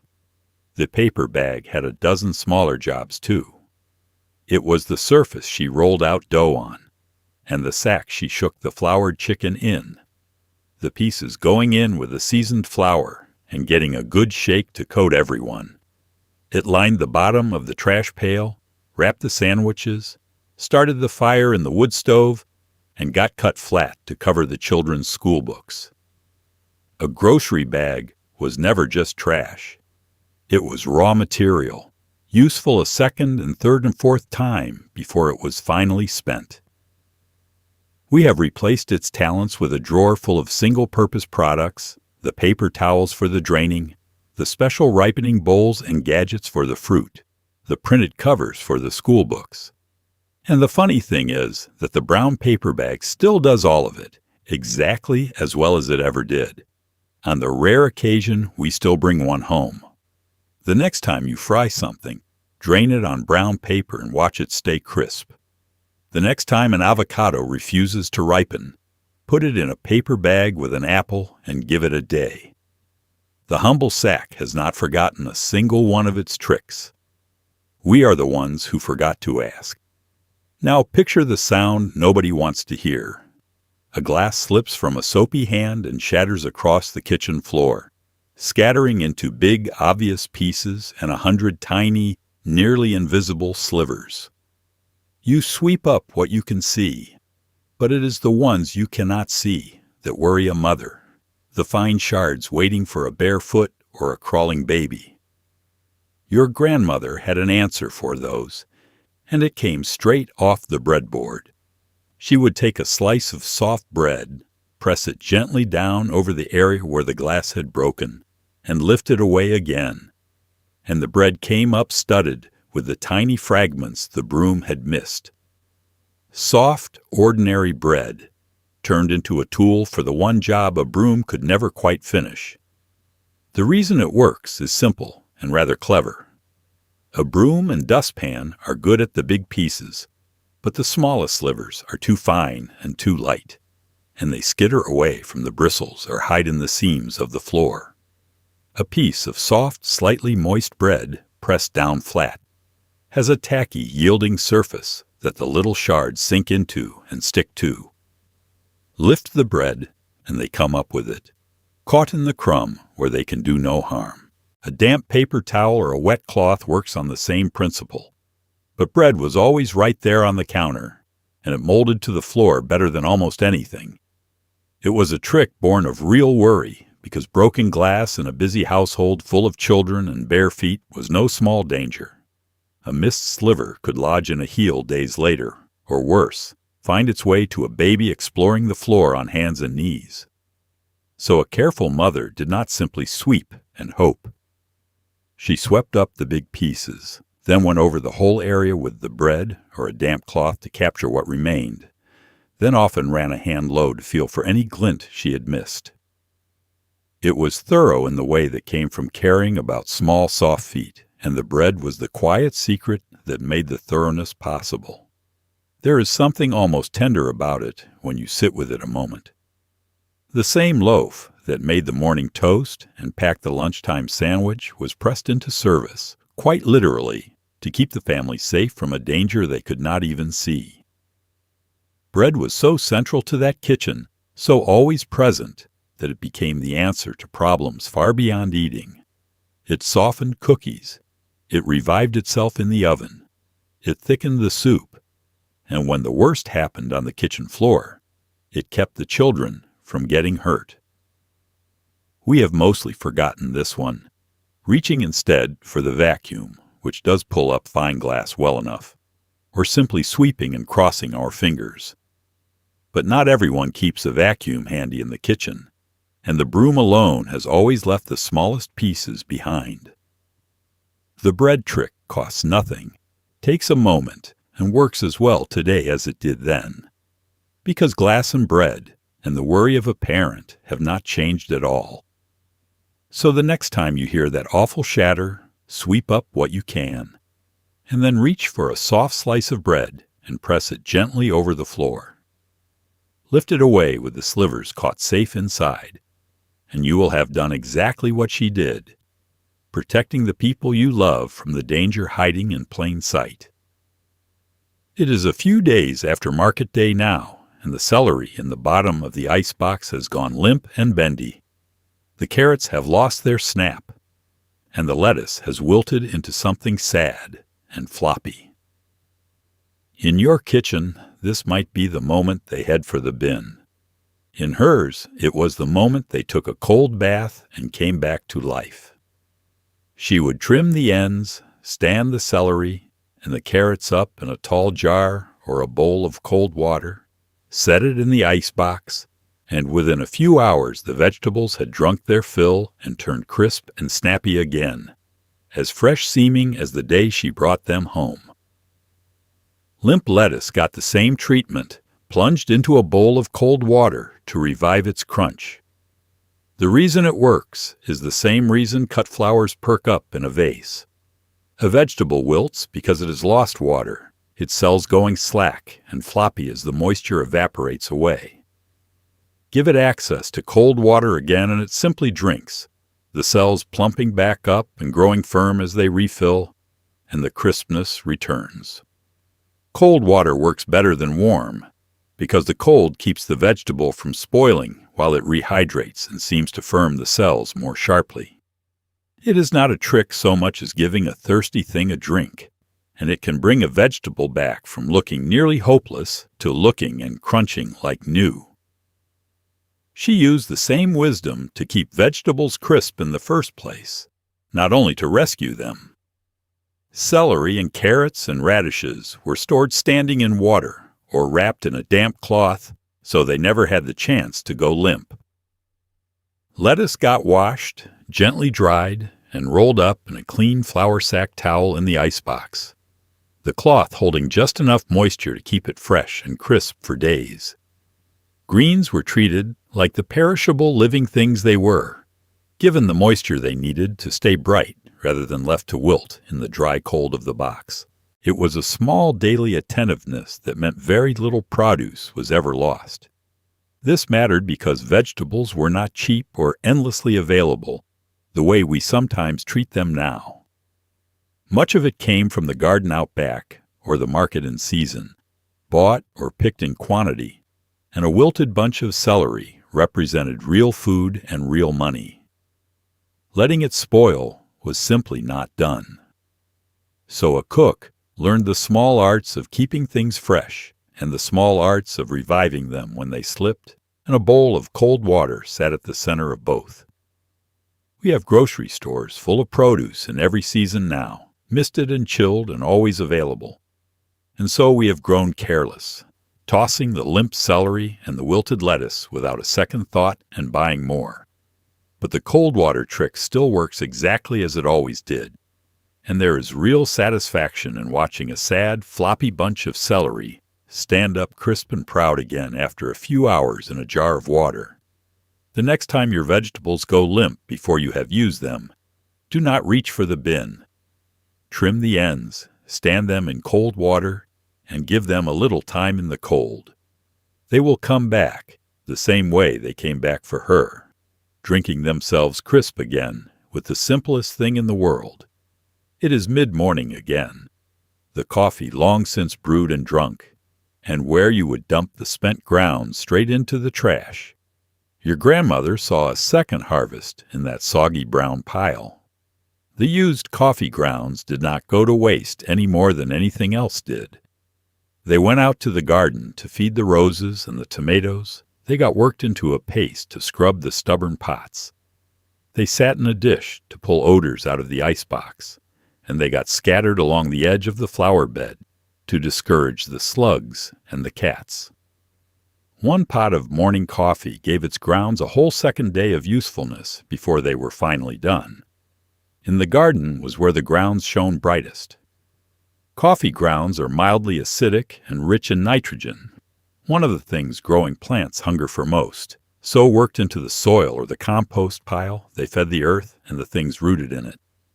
The roses especially were said to love them, greening up and blooming better for the treatment, and the acid-loving plants thrived. Scattered on the surface, the gritty grounds also formed a barrier that slugs and snails disliked crawling across, and many a gardener swore they kept the neighborhood cats from digging where they were not welcome. Nothing about it was scientific in her mind. The grounds were free. The garden grew better for them, and that settled the matter. Indoors, the grounds had their cleaning and freshening jobs too.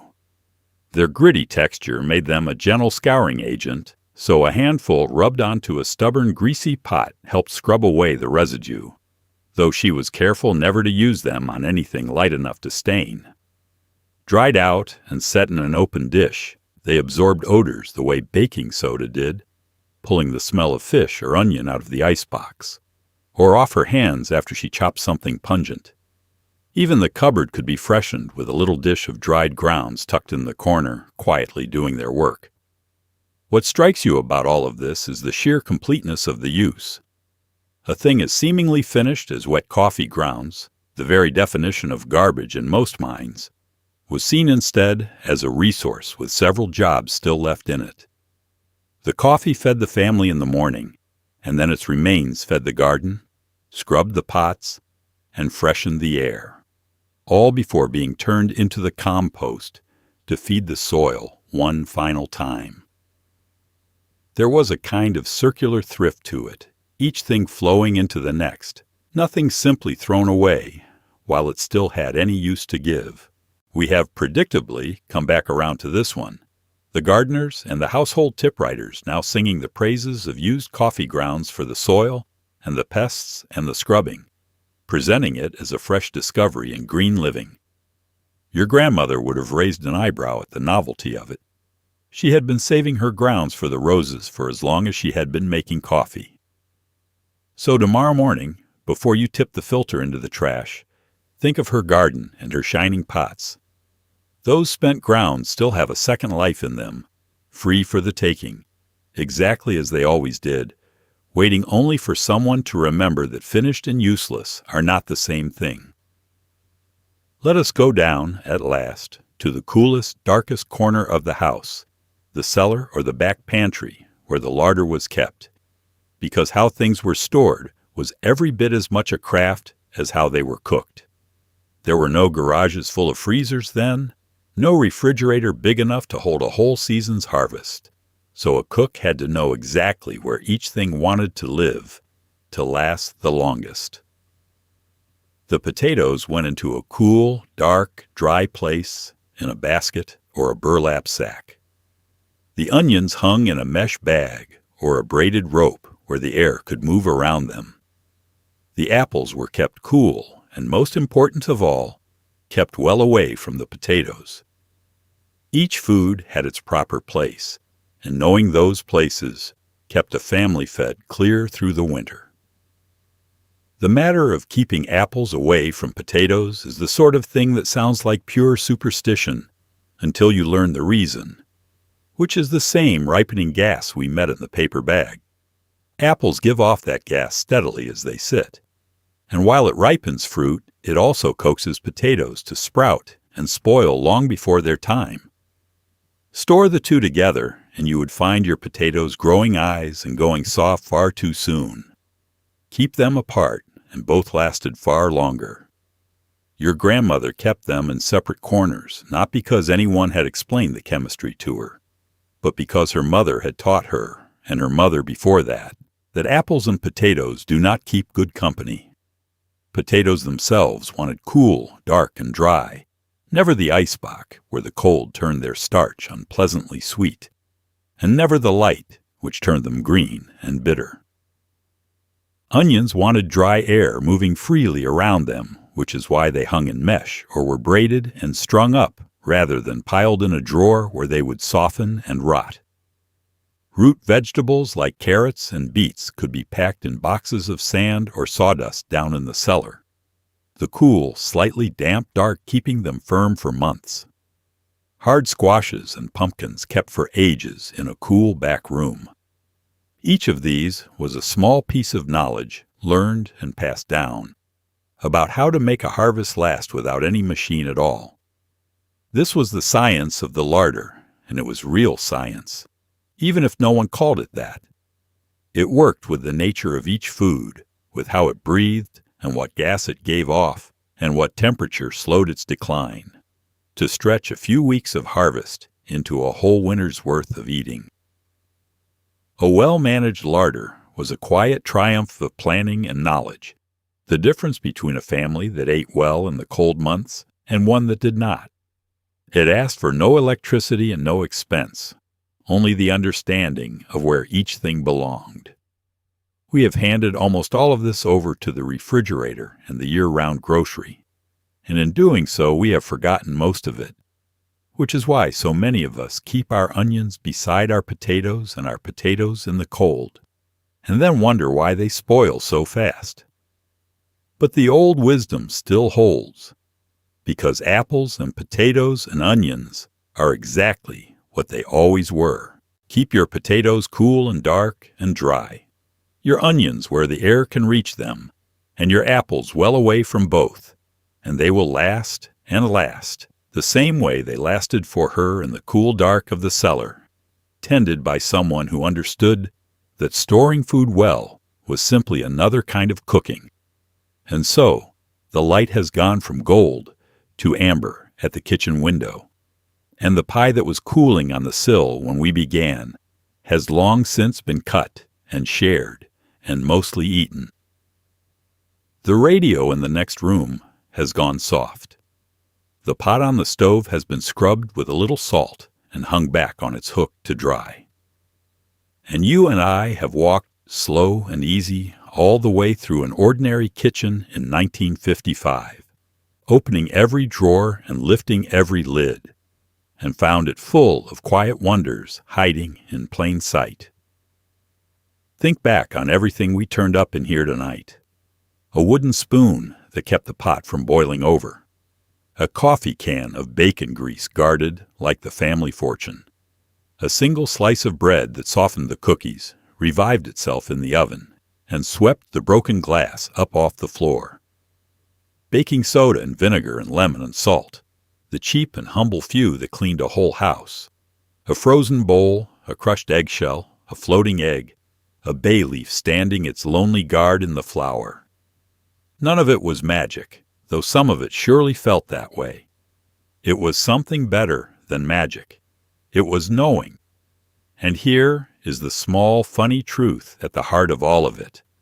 Nearly every single trick we have talked about still works tonight in your kitchen, exactly as well as it worked in hers.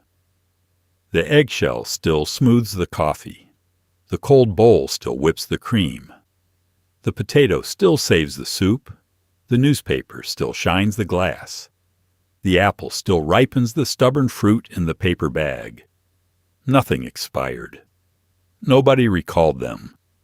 They have simply been waiting, patient as that bay leaf in the flour, for someone to remember to reach for them again. If this hour brought back a kitchen you used to know, a grandmother, a mother, a counter, you used to sit at swinging your feet, then do me one last small kindness before you go. Tap that like button so more folks find their way to a quiet evening like this one. Subscribe so you do not lose the way back. And down in the comments, tell me whose kitchen you are sitting in tonight and which trick you remember best, because I read every last one of them, and they are the warmest part of all of this. If you would rather close your eyes and only listen, the channel is waiting for you on Spotify too, with the link sitting patiently down in the description. So go on now. Maybe tomorrow you lay a wooden spoon across the pot, or stand a tired bunch of celery up in a glass of cold water and feel that old, sensible wisdom come quietly back to life under your own two hands. It is still here. It was always here. It is 1955, just for one more moment. The window is open. The breeze is moving. The kitchen is warm and clean and smells of cinnamon. And everything at last makes sense. Good night, son. Sleep well.